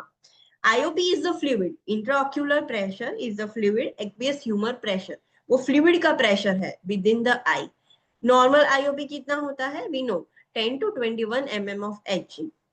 Now, increased IOP results from inadequate drainage of aqueous humor from the canal of Skjelm or overproduction of aqueous humor. We know that aqueous humor का उसका regulation produce कौन करता है? Ciliary body करते हैं, and drainage कहाँ से होता है? ये कॉर्निया एंड आइरिस जहां पर अटैच होते हैं वहां से उसका ड्रेनेज होता है. We know this thing. So कि आईओपी कब बढ़ेगा, या तो प्रॉपरली ड्रेनेज नहीं हो रहा है कैनाल ऑफ स्कैल्म से, या तो ओवर प्रोडक्शन हो गया है। सो दोनों रीजन में आईओपी इंक्रीज हो जाता है। The condition damages the optic nerve and can result in blindness. IOP जितना बढ़ेगा, जितना ज्यादा वो बढ़ता रहता है, धीरे धीरे आंखों के अंदर इतना प्रेशर पड़ जाता है कि वो ऑप्टिक नर्व डैमेज हो जाएगी। So patient will become blind. The gradual loss of visual field may go unnoticed because central vision is unaffected. Sometimes patient को पता भी नहीं चलेगा that patient is suffering from glaucoma. क्यों? Because उसका central vision है, center का vision जो है वो unaffected है। मतलब center का तो patient को दिखाई देगा, धीरे धीरे peripheral उसको vision धीरे धीरे loss होता रहेगा। So patient को notice भी नहीं होगा कि उसको periphery का नहीं दिख रहा है, सिर्फ center का दिख रहा है। So धीरे धीरे gradually वो loss होता जाएगा। Now there are types of glaucoma, open angle and angle closure. So ये दो types है। प्राइमरी ओपन एंगल ग्लॉकोमा जिसको हम POAG बोलते हैं, and primary angle closure glaucoma जिसको हम PACG बोलते हैं। सो ओपन एंगल में क्या होगा, it results from obstruction to the outflow of aqueous humour and is this the most common type. इसमें क्या है, फ्लूइड का ऑब्स्ट्रक्शन हुआ है ना। This is the figure, let me show you. ये कॉर्निया है, कॉर्निया के बाद यहाँ पर आइरिस है, राइट। ये दो आइरिस नीचे की तरफ है ऊपर, एंड ये सिलियरी बॉडी है, यहाँ पर ऐसे सिलियरी बॉडी है, एंड उसमें से सिलियरी मसल्स निकल कर ये लेंस है। चलो, सो प्राइमरी ओपन एंगल में क्या होता है, यहाँ पर कैनाल ऑफ स्कैल्म होगी आइरिस एंड कॉर्निया के बीच में, राइट। सो फ्लूइड क्या होता है, यहाँ से प्रोड्यूस होगा, सिलियरी बॉडी का काम है फ्लूइड को प्रोड्यूस करना। सो एक्वियस ह्यूमर फ्लूइड यहाँ पर बना पोस्टीरियर चैम्बर में, फिर वहां से ही यहाँ से आगे निकलेगा एंड एंटीरियर चैम्बर में आएगा, राइट। अब एंटीरियर चैम्बर में से वो फ्लूइड चला जाता है कैनाल ऑफ स्कैल्म में से आगे। बट क्या हुआ है, कैनाल ऑफ स्कैल्म ऑब्स्ट्रक्ट हो गई है, बीच में कुछ फंस गया है, अटक गया है, कुछ भी प्रॉब्लम है, बट अभी भी दोनों का एंगल ओपन है, कॉर्निया एंड आइरिस के बीच में। देखो देयर इज अ एंगल, ये एंगल अभी भी खुला है। So this is called as primary open angle glaucoma. Angle तो ओपन है, बट वहां पर जो कैनाल ऑफ स्कैल्म है वहां पर कुछ ऑब्स्ट्रक्शन है। Understood? Yes or no? Ma'am repeat. Okay okay, let me complete this PACG। मैं आपको वीडियो दिखाऊंगी तो आपको इजीली पता चलेगा। एंगल क्लोजर ग्लूकोमा में क्या होता है, it results from the blocking of the outflow of aqueous humour in a trabecular meshwork. Causes include lens or pupil dilation from the medications of sympathetic stimulation. अब ये open angle है, close angle में क्या होगा, this is iris, this is ciliary body, ऐसे ciliary body है, right, and ये cornea है। This is the normal structure, right. Angle है यहाँ पर। एंगल क्लोजर में क्या होगा, ये एंगल छोटा हो जाएगा। सो कॉर्निया एंड आइरिस ऐसे हो जाएंगे। सो देखो यहाँ पर एंगल कितना छोटा हो गया, कैनाल ऑफ स्कैल्म ओपन है बट फ्लूइड को जाने के लिए रास्ता ही नहीं है, the angle has closed, so there is a blockage of the outflow. Canal of Schlemm तो खुली है बट आउटफ्लो जहां से जाना चाहिए, ट्रेबिकुलर मैश वर्क, ये कैनाल ऑफ स्कैल्म है, वहां पर ऐसे जाली जाली जैसा होगा कि जहां से फ्लूइड अंदर चला जाएगा, वहां पर जाने के लिए ही रास्ता बंद हो गया है। एंड क्यों ऐसा होता है, आइरिस क्यों ऐसे कॉर्निया की तरफ चली गई कि रास्ता बंद हो गया। सो जब हम कुछ मेडिकेशन ऐसे इंस्टिल करते हैं आंखों के अंदर कि जिससे प्यूपिल डायलेट होगा, सो प्यूपिल डायलेशन के वक्त जो आइरिस है वो पीछे की तरफ चला जाता है। सो उसकी वजह से पेशेंट को ये क्लोज एंगल ग्लूकोमा होता है। इसीलिए जब हम लेंस की सर्जरी कर रहे होते हैं, तब हम लेंस रिमूव कर रहे होते हैं, तो शायद चांसेस है कि उसका फ्लो ब्लॉकेज हो जाए, इसीलिए उसमें आइरिडेक्टोमी किया जाता है। Late me show you video तो आपको इजीली पता चलेगा। जस्ट अ मिनट, बिकॉज ये अंडरस्टैंड नहीं होगा तब तक आपको पता नहीं चलेगा क्या हो रहा है। So to understand this concept is very important. Leaves the eye. Can you hear the In a sound? healthy eye, the is it audible online students? Yes ma'am. Okay, so understand the video, understand the concept carefully. After completion of video, I will ask you what happens in open angle and angle closure. दोनों का difference क्या है मैं आपको पूछूंगी, so please ध्यान से समझना। glaucoma is a group of eye diseases in which the optic nerve is damaged, leading to irreversible loss of vision. In most cases, this damage is due to an increased pressure within the eye. The eye produces a fluid called aqueous humor, which is secreted by the ciliary body into the posterior chamber, a space between the iris and the lens. It then flows through the pupil into the anterior chamber between the iris and the cornea. From here, it drains through a sponge-like structure located at the base of the iris called the trabecular meshwork and leaves the eye. In a healthy eye, the rate of secretion balances the rate of drainage. In people with glaucoma, the drainage canal is partially or completely blocked.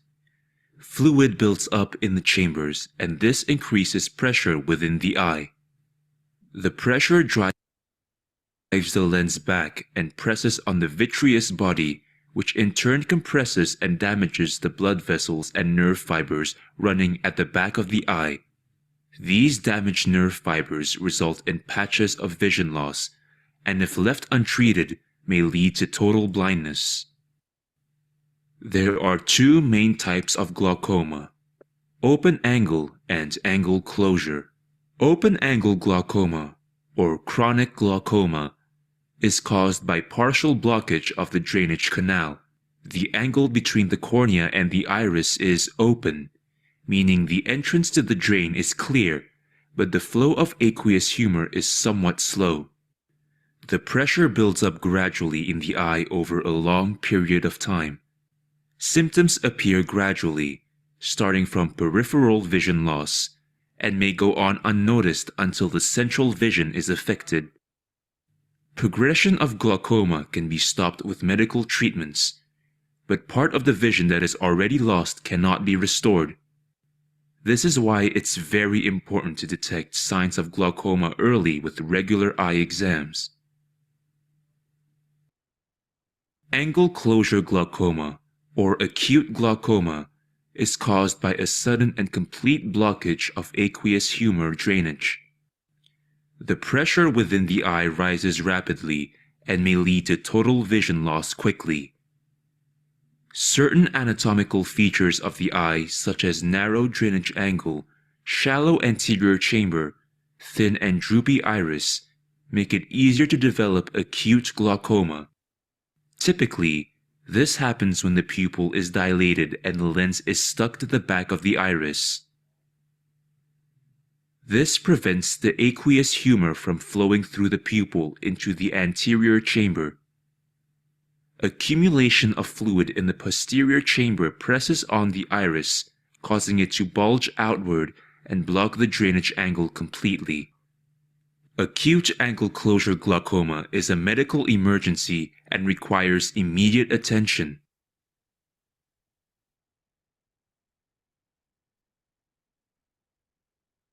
Understood what is open angle and what is angle closure? Online students? Yes or no?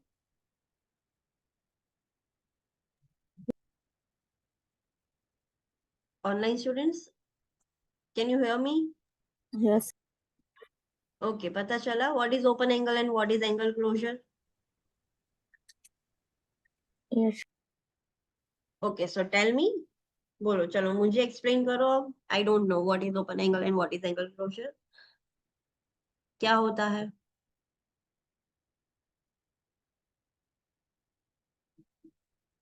चलो बोलो. If you understand the concept, explain me.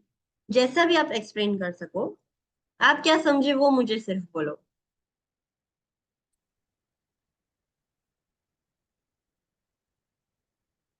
Open angle એક chronic condition છે. એમાં જે angle હોય છે એ open હશે, but જે આઉટફ્લો થાય છે ફ્લુઇડનો કેનાલ ઓફ સ્કેલમ માંથી, એમાં પ્રોબ્લેમ હશે. એના લીધે ફ્લુઇડ અક્યુમ્યુલેશન થશે અને આઈઓપી ઇન્ક્રીઝ થશે. ओके, सो क्रोनिक है बिकॉज वो ग्रेजुअली ऑब्स्ट्रक्शन हुआ है, कुछ फंस गया है, हार्ड सब्सटेंस हो गया, सो फ्लूइड निकल रहा है बट इतना अच्छे से नहीं निकल रहा है, so धीरे धीरे धीरे धीरे करके वो बिल्डअप हो रहा है. But the angle between iris and cornea is still open, right? So there is a problem in the flow through the canal of Schlemm. Canal of Schlemm से जो फ्लूइड निकलना चाहिए, ड्रेन आउट होना चाहिए, वहां पर प्रॉब्लम है. So what is angle closure?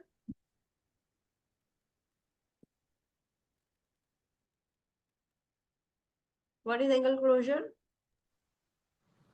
Angle closure rapidly થશે. ओके, क्या होगा उसमें? It is acute condition, rapidly suddenly हो जाता है, उसमें क्या होगा?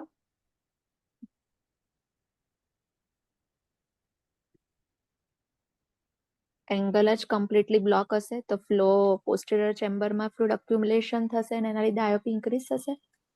ओके, सो जो आइरिस एंड कॉर्निया है दोनों ऐसे ऐसे नजदीक आ गए हैं.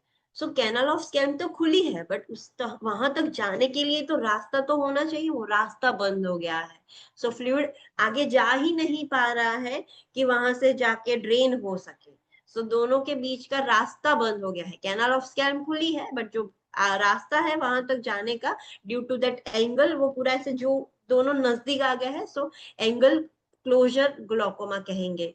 Understood? This is a medical emergency. Suddenly हो जाएगा, सो सडनली इतना प्रेशर बढ़ जाएगा कि पेशेंट सडनली उसका विजन चला जाएगा. और एक बार विजन जो लॉस हो जाता है, डैमेज हो जाता है, तो फिर उसको हम रिपेयर नहीं कर पाएंगे. Got it? Understood the difference every student? पता चला सबको? Yes Yes, ma'am. Okay. If you don't understand still, अगर आपको हिंदी में वीडियो मिले तो उसमें भी आप हिंदी, गुजराती, हाँ जो भी लैंग्वेज में मिले, I guess this is the simplest video, but फिर भी अभी नहीं पता चला है, so you can watch the videos on your own. Okay, तो so these are the types of glaucoma. Now let's see the assessment. PAOG, PACG and POAG दोनों की असेसमेंट अलग है. So remember this thing. आपको sign and symptoms देख के पता चलना चाहिए कि ये क्या, कौन से टाइप का ग्लोकोमा है. क्यों? बिकॉज पीओएजी है, ओपन एंगल इमरजेंसी सिचुएशन नहीं है, बट क्लोज एंगल है, एंगल क्लोजर है, वो इमरजेंसी सिचुएशन है. तो आपको पता ही नहीं चलेगा कि पेशेंट को ओपन एंगल है या एंगल क्लोजर है. तो आप इंटरवेंशन कैसे लोगे? So it is very important to differentiate open angle and angle closure. दोनों का डिफरेंस पता होना चाहिए. So let's see what are the sign and symptoms. पहले जनरल देख लेते हैं. Early signs include diminished accommodation and increased IOP.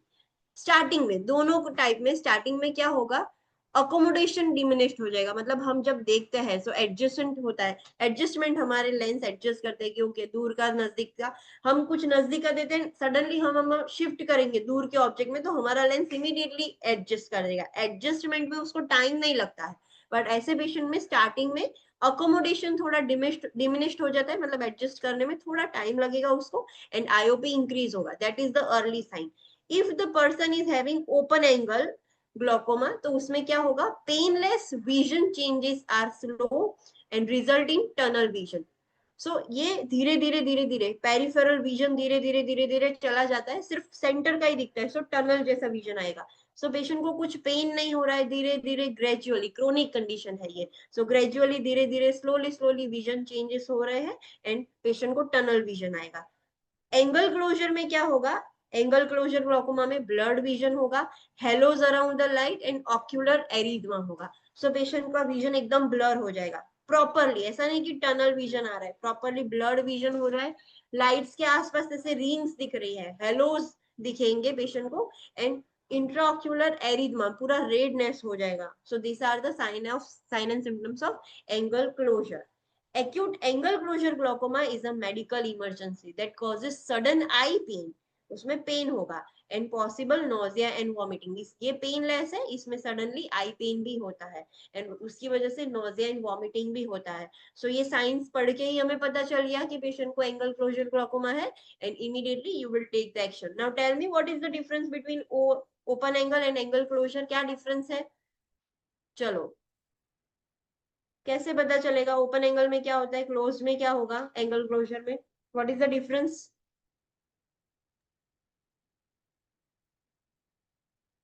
Open એંગલમાં પેરિફેરલ વિઝન ફર્સ્ટ લોસ થાય બટ સેન્ટ્રલ વિઝન તો તમે કમ્પ્લીટ જોઈ શકો છો, ધીરે ધીરે લોસ થશે.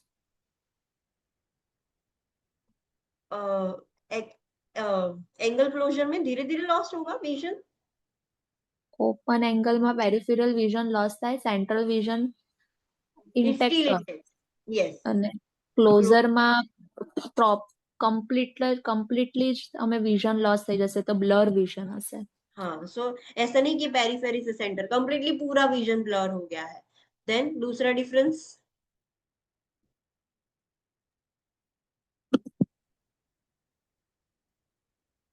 પેરિફેરલ વિઝન લોસ હોય તો સેન્ટ્રલ વિઝન ઇન્ટેક હોય તો ટનલ વિઝન હશે. અને ક્રોનિક કન્ડિશન છે જ્યારે ક્લોઝમાં હેલોઝ રિંગ્સ જેવું શો થઈ શકે અને એક્યુટ છે, રેપિડલી થશે. ओके. ओपन एंगल पेनलेस है, क्लोज एंगल क्लोजर है वो पेनफुल है. Late me show you images तो आपको इजीली दिखे. देखो ये डिफरेंसेस है. ये नॉर्मल विजन है, नॉर्मली एक एक्टिविटी है कि आंखें ऐसी दिखेगी, नॉर्मल में ऐसा दिखता है. कैटरेक्ट में देखो पूरा ब्लर दिख रहा है. ग्लोकोमा में देखो टनल विजन दिख रहा है, साइड का पेरिफेरी सब चला गया है. सो ये दोनों ग्लोकोमा है. ये कौन सा टाइप का है, ये क्या दिख रहा है, हेलो रिंग दिख रही है. सो ये कौन सा ग्लोकोमा है, ओपन एंगल की एंगल क्लोजर, कौन सा है ये, એંગલ ક્લોઝર. एंगल क्लोजर है. ये हेलो दिख रहे हैं. जो भी पेशेंट लाइट दिखेगा, कोई भी लाइट दिखे, घर का लाइट या बाहर की नेचुरल लाइट, कुछ भी देखेगा पेशेंट, लाइट के आसपास ऐसी रिंग दिखेगी. एंड ये क्या है, देखो सेंटर का दिख रहा है, आसपास का डार्क हो गया है. सो ये कौन से टाइप का ग्लोकोमा है,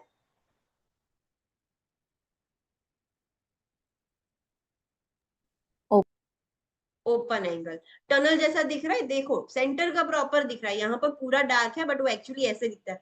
धीरे धीरे डार्क होगा साइड्स का, पेशेंट को पता भी नहीं चलेगा कि उसको साइड्स का दिख नहीं रहा है. एंड अल्टीमेटली फिर पूरा ऐसा हो जाता है tunnel vision. So this is the vision. जो ग्लोकोमा वाला पेशेंट होते हैं उनको ऐसा दिखता है. ओके.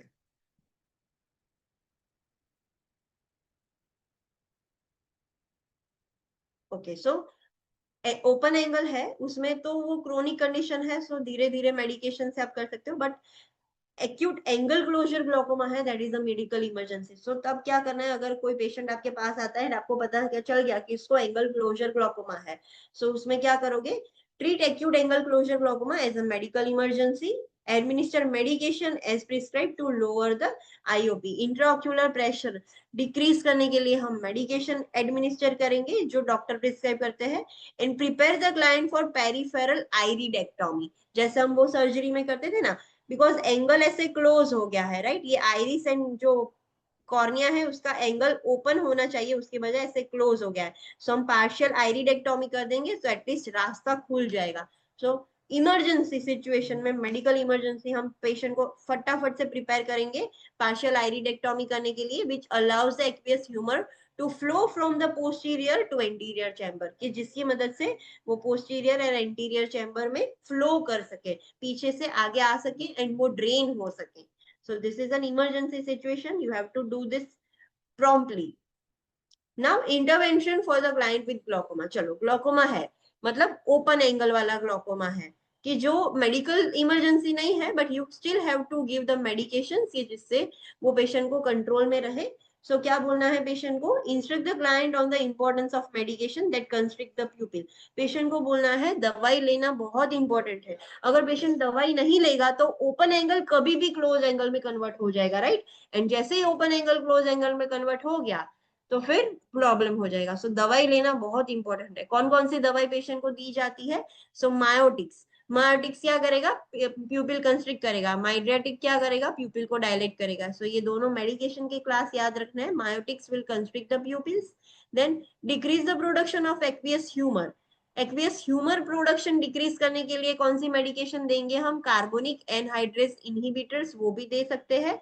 देन तीसरी है decrease the production of aqueous humour and IOP. IOP भी कम करने के लिए, प्रोडक्शन भी डिक्रीज करने के लिए हम बीटा ब्लॉकर्स दे सकते हैं. सो इंट्राऑक्यूलर प्रेशर भी कम हो जाएगा एंड एक्वियस ह्यूमर का तो अल्टीमेटली कम हो रहा है. सो बीटा ब्लॉकर्स दे सकते हैं, कार्बोनिक एनहाइड्रेस इनहिबिटर्स दे सकते हैं, मायोटिक्स दे सकते हैं for the treatment of open angle glaucoma. Instruct the client about the need for lifelong medication use, to wear a medical bracelet to avoid anticholinergic medication to prevent the increased IOP. Patient को बोलना है कि अब आपको ये जो condition है, आपको लाइफ लॉन्ग जब तक लाइक जिंदा रहते हो तब तक ये मेडिकेशंस लेनी होगी कि जिससे आईओपी आपका ना बढ़े, कंट्रोल में रहे। एंड पेशेंट को ऑलवेज मेडिकल और ब्रेसलेट पहन के रखना है। एंटीकोलिनर्जिक मेडिकेशन नहीं लेनी है, एंटीकोलिनर्जिक सब कुछ रिटेन करके रखता है, सो एंटीकोलिनर्जिक मेडिकेशन नहीं लेनी है।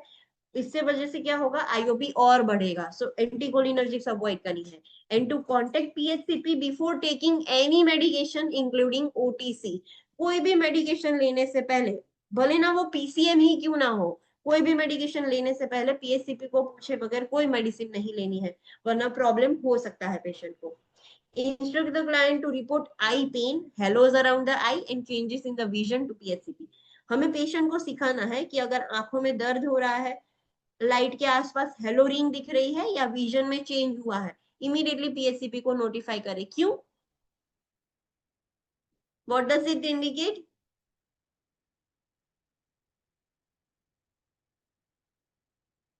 What does this indicate? Angle closure glaucoma.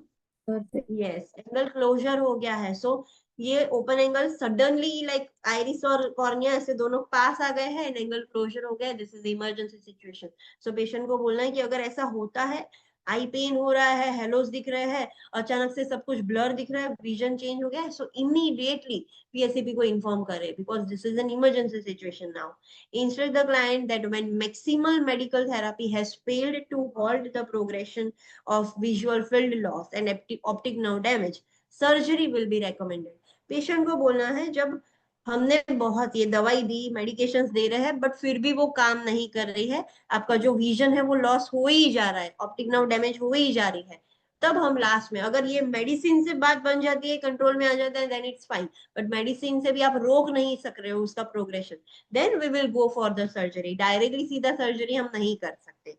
अब सर्जरी में क्या होगा, prepare the client for trabeculectomy as prescribed, which allows the drainage of aqueous humor into the conjunctival spaces by creation of an opening.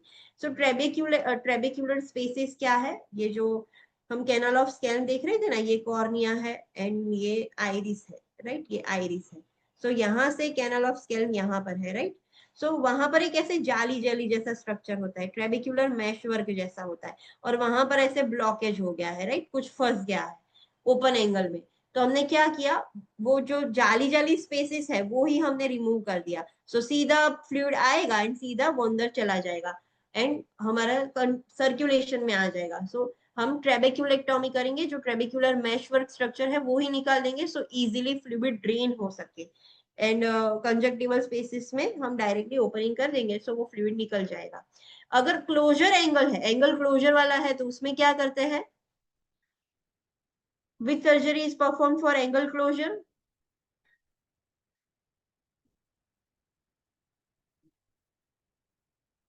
Which surgery we can perform for angle closure? उसमें रास्ता तो खुला है, canal of scalp में कुछ blockage नहीं है, ट्रेबिक्युलर जो मैश वर्क है वहां पर कुछ ब्लॉकेज नहीं है, तो उसके लिए क्या सर्जरी करना है? Iridotomy. Yes, partial iridectomy. So iris and cornea ऐसे जुड़ गए हैं, दोनों नजदीक आ गए हैं, सो हम पार्शियल आइरिडेक्टोमी करेंगे तो एटलीस्ट दोनों के बीच का रास्ता खुलेगा। कैनल ऑफ स्कैल्प तो ओपन ही है, वहां पर कुछ प्रॉब्लम नहीं है। ओपन एंगल में क्या हो रहा है, रास्ता खुला है but canal of scalp blockage है। तो जो ट्रेबेक्युलर ऐसे जाली जाली जैसा स्ट्रक्चर है कैनल ऑफ स्कैल्प का, उसमें कुछ फंस गया है, ऑब्स्ट्रक्शन है, तो उसके लिए हम क्या करेंगे, ट्रेबेक्युलेक्टोमी करेंगे, वो जाली जाली पूरा स्ट्रक्चर ही हटा देंगे, सो सीधा फ्लूइड आके चला जाएगा। सो दोनों के लिए अलग अलग है, understand? Okay, so this is all about glaucoma. Understood? Glaucoma condition आपको प्रॉपरली समझ आ गई, उसके टाइप्स, दोनों के साइन एंड सिम्टम्स अलग अलग है, दोनों के साइन एंड सिम्टम्स याद रखने हैं। क्यों? बिकॉज एक माइल्ड है जिसमें दवाई देने से बात बन जाएगी, दूसरी जो टाइप है angle closure, that is the serious form, that is a medical emergency, उसमें दवाई नहीं सीधी सर्जरी करनी पड़ेगी, एंड उसके लिए सर्जरी पार्शियल आइरिडेक्टोमी किया जाता है।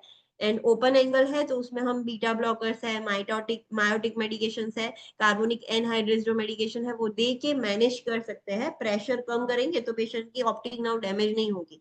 बट आप मेडिकेशन दे रहे हो फिर भी कुछ वो प्रोग्रेस हो ही जा रही है कंडीशन, पेशेंट का और ज्यादा पेरिफेरल विजन लॉस हो गया, तो अब हमें पता चल गया कि अब पेशेंट को क्या है कि दवाई असर नहीं कर रही है, तो हम ट्रेबेक्युलेक्टोमी करेंगे कि जिसमें जो मैश वर्क है उसको निकाल देंगे तो सीधा फ्लूइड ड्रेन हो जाए। बट जितना डैमेज हुआ है वो वापस से ठीक नहीं होगा, वो डैमेज तो डैमेज ही रहेगा, बट आगे अब जो डैमेज होने वाला था फर्दर वो हमने बंद कर दिया। Understood? Yes, ma'am. Yes or no? Okay. Let's complete. Okay. Complete कर दूं मैं रेटिनल डिटैचमेंट कि कल करना है? Should I complete this? 1, 2, 3, 4 pages है, 4 slides.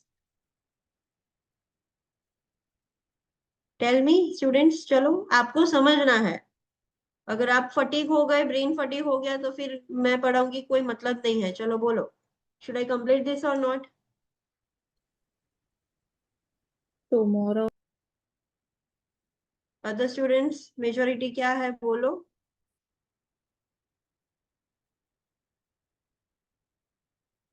Tomorrow. ओके, सो कल देखेंगे। Let's do a quick revision. आज हमने क्या देखा? Today we have completed 2 conditions, cataract and glaucoma. Cataract का मतलब क्या है? जो हमारा लेंस है वो ओपेक हो जाता है, सो उसकी वजह से पेशेंट को अच्छे से विजन पड़ेगा ही नहीं, दिखेगा ही नहीं, ब्लर होता है धीरे धीरे एंड देन ब्लाइंड हो जाएगा पेशेंट। जितना ज्यादा लेंस ओपेक होगा उतना ज्यादा पेशेंट को विजन दिखेगा ही नहीं, सो धीरे धीरे ब्लर में से ब्लाइंड हो जाएगा। टाइप्स ऑफ कैटरेक्ट हमने देखा, सेनाइल कैटरेक्ट हो सकते हैं जिसको एजिंग की वजह से होता है। कंजेनाइटल कैटरेक्ट हेरिडिटरी में मिला है, जीन से खराब है। ट्रॉमेटिक कैटरेक्ट इंजरी की वजह से होता है। एंड सेकेंडरी कैटरेक्ट कुछ कंडीशन की वजह से होता है। कौन सी कंडीशन है जिसकी वजह से सेकेंडरी कैटरेक्ट हो सकते हैं? So diabetes, maternal rubella, severe myopia, ultraviolet light exposure and corticosteroid use. फिर हमने उसका साइन एंड सिम्टम देखा था। साइन एंड सिम्टम्स में स्टार्टिंग में अर्ली साइन हमें पता होने चाहिए, अर्ली एंड लेट साइन इसका डिफरेंस पता होना चाहिए। क्वेश्चन में आपको सिर्फ साइन एंड सिम्टम्स दिखेगा, लिखे गए होंगे तो आपको आइडेंटिफाई होना चाहिए दिस आर द अर्ली और late. So please make a note, इसकी नोट बना दो, कैटरेक्ट के अर्ली साइंस, कैटरेक्ट के लेट साइंस। बाकी कंडीशंस में मैं आपको बोलती हूँ कि साइन एंड सिम्टम्स याद नहीं रहेगा तो चलेगा, इसका याद रखना पड़ेगा। सो अर्ली साइंस में स्टार्टिंग में ब्लर्ड विजन हो जाता है एंड कलर परसेप्शन डिक्रीज हो जाएगा। जैसे जैसे कैटरेक्ट बढ़ता जाएगा लेटर ऑन लेट साइंस में क्या होगा? डिप्लोपिया होगा, विजुअल एक्यूटी रिड्यूस होती जाएगी, रेड रिफ्लेक्स एब्सेंट हो जाएगा एंड प्यूपिल आपको वाइट दिखेगी। अगर पेशेंट को सेनाइल कैटरेक्ट है तो उसमें पेशेंट को पेन भी होगा एंड आई की रेडनेस भी हो जाएगी, सो रेड आई भी होगी। बट सेनाइल नहीं है तो ये नहीं होगा एंड धीरे धीरे विजन लॉस होता जाएगा। कैटरेक्ट को दवाई देकर हम ठीक नहीं कर सकते, the treatment is only surgery, सिर्फ सर्जरी ही की जा सकती है। एंड अगर दोनों आंखों में कैटरेक्ट हुआ है तो एक आंख की सर्जरी एक बार एंड दूसरी आंख की दूसरी बार, दोनों की साथ में नहीं कर सकते, ये पॉइंट याद रखना। अब सर्जरी में 3 स्टेप में सर्जरी की जाती है। पहले लेंस निकालना, देन आइरिडेक्टोमी अगर जरूरत पड़े तो वो करना एंड लास्ट में लेंस को इम्प्लांट करना। सो ये 3 स्टेप्स है। पहला जो स्टेप है लेंस निकालने का, उसमें भी 2 टाइप्स है। We can either remove the lens with the extracapsular extraction or intracapsular। extracapsular extraction में क्या करेंगे? हम सिर्फ लेंस को निकाल रहे हैं, लेंस की जो कैप्सूल है जहां पर लेंस फिट होता है वो कैप्सूल को हमने एज इट इज रखा है, वो कैविटी को एज इट इज रखा है। बट अभी लेंस को निकालेंगे कैसे? So phaco emulsion method use करके हम निकाल सकते हैं। उससे क्या होगा? हम we are giving ultrasonic vibration, so जिससे लेंस पूरा टूट गया and then we have remove the pieces of lens, capsule को एज इट इज रखा। इंट्राकैप्सुलर एक्सट्रैक्शन में क्या होता है? लेंस के ऊपर की कैप्सूल सब कुछ हम रिमूव कर रहे हैं। देन उसके बाद पार्शियल आइरिडेक्टोमी किया जाता है। क्यों? बिकॉज आइरिस एंड अगर कॉर्निया साथ में आ गया, because we are doing something procedure on the lens, तो पॉसिबिलिटी है कि आइरिस एंड कॉर्निया जुड़ जाए ऐसे। So to prevent the glaucoma due to this surgery sometimes we have to do partial iridectomy and last में lens implantation may be performed at a time भी कर सकते हैं या आफ्टर सम डेज भी हम लेंस इम्प्लांटेशन कर सकते हैं, बट ये करना पड़ेगा, without that the surgery will be incomplete. So ये 3 स्टेप्स में की जाती है सर्जरी। फिर हमने उसके प्री ऑपरेटिव इंटरवेंशन देखे एंड पोस्ट ऑपरेटिव इंटरवेंशन देखे एंड क्लाइंट एजुकेशन देखा, इस पर से भी क्वेश्चंस आ सकते हैं। सो ये आपको पता होना चाहिए आफ्टर सर्जरी क्या इंस्ट्रक्शंस होंगे। फिर हमने देखा ग्लूकोमा। ग्लूकोमा क्या है? जब आईओपी बढ़ जाता है तब हम उसको बोलेंगे ग्लूकोमा। आईओपी क्यों बढ़ा? So IOP is directly has increased due to the aqueous humour. या तो एक्वियस ह्यूमर बहुत ज्यादा प्रोड्यूस हो रहा है, या तो एक्वियस ह्यूमर प्रोड्यूस जो हो रहा है नॉर्मल हो रहा है बट वो ड्रेन नहीं हो रहा है। So due to that patient को ग्लूकोमा हो जाएगा। ग्लूकोमा में क्या होता है? धीरे धीरे पेरिफेरल वो प्रेशर इतना बढ़ जाता है आईज में कि धीरे धीरे पेरिफेरल विजन लॉस होना स्टार्ट हो जाता है, सेंट्रल विजन इंटेक्ट रहता है लास्ट तक। सो पेशेंट को पता भी नहीं चलता कि उसको ग्लूकोमा है, एंड फिर कंप्लीट ब्लाइंडनेस हो जाएगा। उसके दो टाइप है, open angle and angle closure. Open angle में क्या है? There is a obstruction in canal of scale, ऐसा याद रखो। कैनाल ऑफ स्केल में ऑब्स्ट्रक्शन है and the angle between iris and cornea is still open. Angle closure में क्या है? कैनाल ऑफ स्केल तो खुली है बट जो आइरिस एंड कॉर्निया का एंगल है वो बंद हो गया है। सो पानी जो एक्वियस ह्यूमर फ्लूइड है वो कैनाल ऑफ स्केल तक भी नहीं पहुंच पा रहा है कि जहां से वो ड्रेन हो सके। कैनाल ऑफ स्केल तो खुली ही है but the outflow has been blocked, वहां तक जा ही नहीं सकता है। क्यों होता है क्लोज्ड एंगल क्लोजर ग्लूकोमा? सो ऐसी मेडिकेशंस जिसमें आप प्यूपिल डायलेट कर रहे हो, सो प्यूपिल डायलेशन की वजह से आइरिस क्लोज हो जाएगा कॉर्निया से। सो ऐसी मेडिकेशन या सिंपथेटिक सिमुलेशन की वजह से भी हो सकता है पेशेंट को। साइन एंड सिम्टम्स दोनों में अर्ली साइंस क्या है कि पेशेंट एडजस्ट नहीं कर पाएगा, अकोमोडेशन नहीं हो पाता। जैसे हम इमीडिएटली शिफ्ट करते हैं, नजदीक से कुछ दूर ऐसे इमीडिएटली शिफ्ट करोगे तो आपकी आईज इमीडिएट एकोमोडेट हो जाती है नजदीक का एंड दूर का देखने के लिए, उनकी आईज एडजस्ट नहीं कर पाती है एंड आईओपी इंक्रीज होता है। That is the early sign for both. अब दोनों के डिफरेंस याद रखने हैं, make a note. OA and AC. POAG में क्या होता है? इट इज पेनलेस कंडीशन, इसमें पेन नहीं होता है। इट इज क्रोनिक कंडीशन, धीरे धीरे करके होगा, विजन चेंजेस स्लो होंगे एंड पेरिफेरी का पहले विजन चला जाएगा। सो धीरे धीरे करके साइड्स का चला जाएगा, सिर्फ सेंटर का रहेगा। सो इसको टनल विजन हम बोलते हैं। तो ऐसा दिखेगा पेशेंट को। पीएसीजी में क्या होता है? It is acute condition, suddenly develop हो सकती है। ओपन एंगल में से इमीडिएटली क्लोज एंगल क्लोजर हो सकता है। So angle closure is a sudden condition, इसमें पेन होगा पेशेंट को एंड इमीडिएटली पूरा विजन ब्लर हो जाएगा, सेंटर पेरिफेरल जो भी बोलो पूरा विजन ब्लर हो जाएगा एंड पेशेंट कोई भी लाइट की तरफ देखेगा तो लाइट के आसपास उसको एक रिंग दिखाई देगी जिसको हम बोलते हैं हेलोस। तो लाइट के आसपास हेलोस दिखाई देंगे एंड पेशेंट को नोजिया एंड वॉमिटिंग भी हो सकता है। So this is an emergency situation. अगर पेशेंट के अंदर ये साइन एंड सिम्टम्स दिख रहे हैं तो you have to take immediate action. Immediate action में क्या करोगे? इमीडिएटली पहले मेडिकेशन दे दो कि जिससे आईओपी लो हो जाए। सो बीटा ब्लॉकर्स दे दिया आपने, फटाफट से बीटा ब्लॉकर्स दे दो, मायोटिक मेडिकेशंस दे दो एंड पेशेंट को इमीडिएटली सर्जरी के लिए ही प्रिपेयर करना है। Which surgery we will do?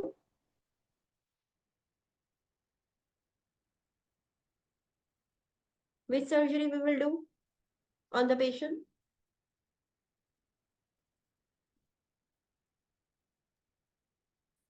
Closure में आइरिडेक्ट। यस, पेरिफेरल और पार्शियल आइरिडेक्टोमी करेंगे। सो वो एंगल ओपन हो जाएगा एंड ड्रेन हो जाएगा। Now if the patient is having angle open angle glaucoma, so वो क्रोनिक है, धीरे धीरे बढ़ता है, राइट? सो उसमें हम मेडिकल मैनेजमेंट कर सकते हैं। एंगल क्लोजर में मेडिकल मैनेजमेंट नहीं हो पाएगा, this is emergency situation. Open angle में मेडिकल मैनेजमेंट किया जाता है तो उसको ऐसी मेडिकेशंस देनी होंगी जो उसको लाइफ लॉन्ग लेनी है। सो मायोटिक मेडिकेशन दे सकते हैं जिसमें प्यूपिल कंस्ट्रिक्शन होता है, कार्बोनिक एनहाइड्रेज इनहिबिटर्स दे सकते हैं एंड बीटा ब्लॉकर्स दे सकते हैं। ये सारी मेडिकेशन से क्या होगा? रास्ता खुला रहेगा, एक्वियस ह्यूमर का प्रोडक्शन कम होगा एंड प्रेशर भी कम होगा। पेशेंट को ये मेडिसिन लाइफ लॉन्ग लेनी होगी, पेशेंट को मेडिकल ब्रेसलेट पहन के रखना है, एंटीकोलिनर्जिक्स मेडिकेशन नहीं लेनी है एंड कोई भी मेडिकेशन बिना पीएचसीपी के पूछे बगैर नहीं ले सकता पेशेंट। पेशेंट को सिखाना है कि अगर सडनली आपको आंखों में दर्द होता है, ब्लर विजन दिखता है या हेलोस दिखते हैं, सो इमीडिएटली नोटिफाई द पीएचसीपी। अगर आप मेडिसिन दे रहे हो फिर भी पेशेंट को कुछ इंप्रूवमेंट नहीं हो रहा है, इंप्रूवमेंट मतलब अभी भी पेरिफेरल विजन धीरे धीरे लॉस हो ही रहा है, अभी भी और ज्यादा देखना बंद हो गया है साइड्स का पेरिफेरल विजन, दैट इंडिकेट्स कि आप जो दवाई दे रहे हो उसकी असर नहीं हो रही है। ये चीज याद रखना, दवाई देने से जो विजन ऑलरेडी लॉस हो गया है पेरिफेरी का वो वापस नहीं आएगा, बट अब वो बंद हो जाएगा, वहां से अटक जाएगा, बट अटक नहीं रहा है, वो और प्रोग्रेस हो रहा है। तो अब हमें सर्जरी करनी होगी। एंड ओपन एंगल में प्रॉब्लम कहाँ होता था, कैनल ऑफ स्कैल्प का जो ट्रेबिकुलर मैश वर्क है वो ब्लॉक था। So we have to do which surgery for open angle, trabeculectomy. Trabeculectomy करना होगा कि जो जाली जाली जैसा स्ट्रक्चर है वो हम खोल देंगे। सो वो खोलने की वजह से पेशेंट को ड्रेनेज हो जाएगा। ओके ओके, सो यहाँ तक किसी को कोई डाउट है? If you are having any doubt please videos देखो या कल मुझे रीड करके फिर से मुझे बोलो, I will ask you. And इसके जो डिफरेंस है, कैटरेक्ट के लेट एंड अर्ली साइन का difference, open angle angle closure का डिफरेंस, ये साइन एंड सिम्टम्स लिख के रखो, इट इज इंपॉर्टेंट, क्वेश्चन में आएगा। सिर्फ सिम्टम्स लिखे होंगे, आपको आइडेंटिफाई करना है कि पेशेंट को क्या है। Understand? Yes, ma'am. Okay, so see you directly on Monday at 9 a.m. Thank you. Thank you, ma'am. Yeah. क्यों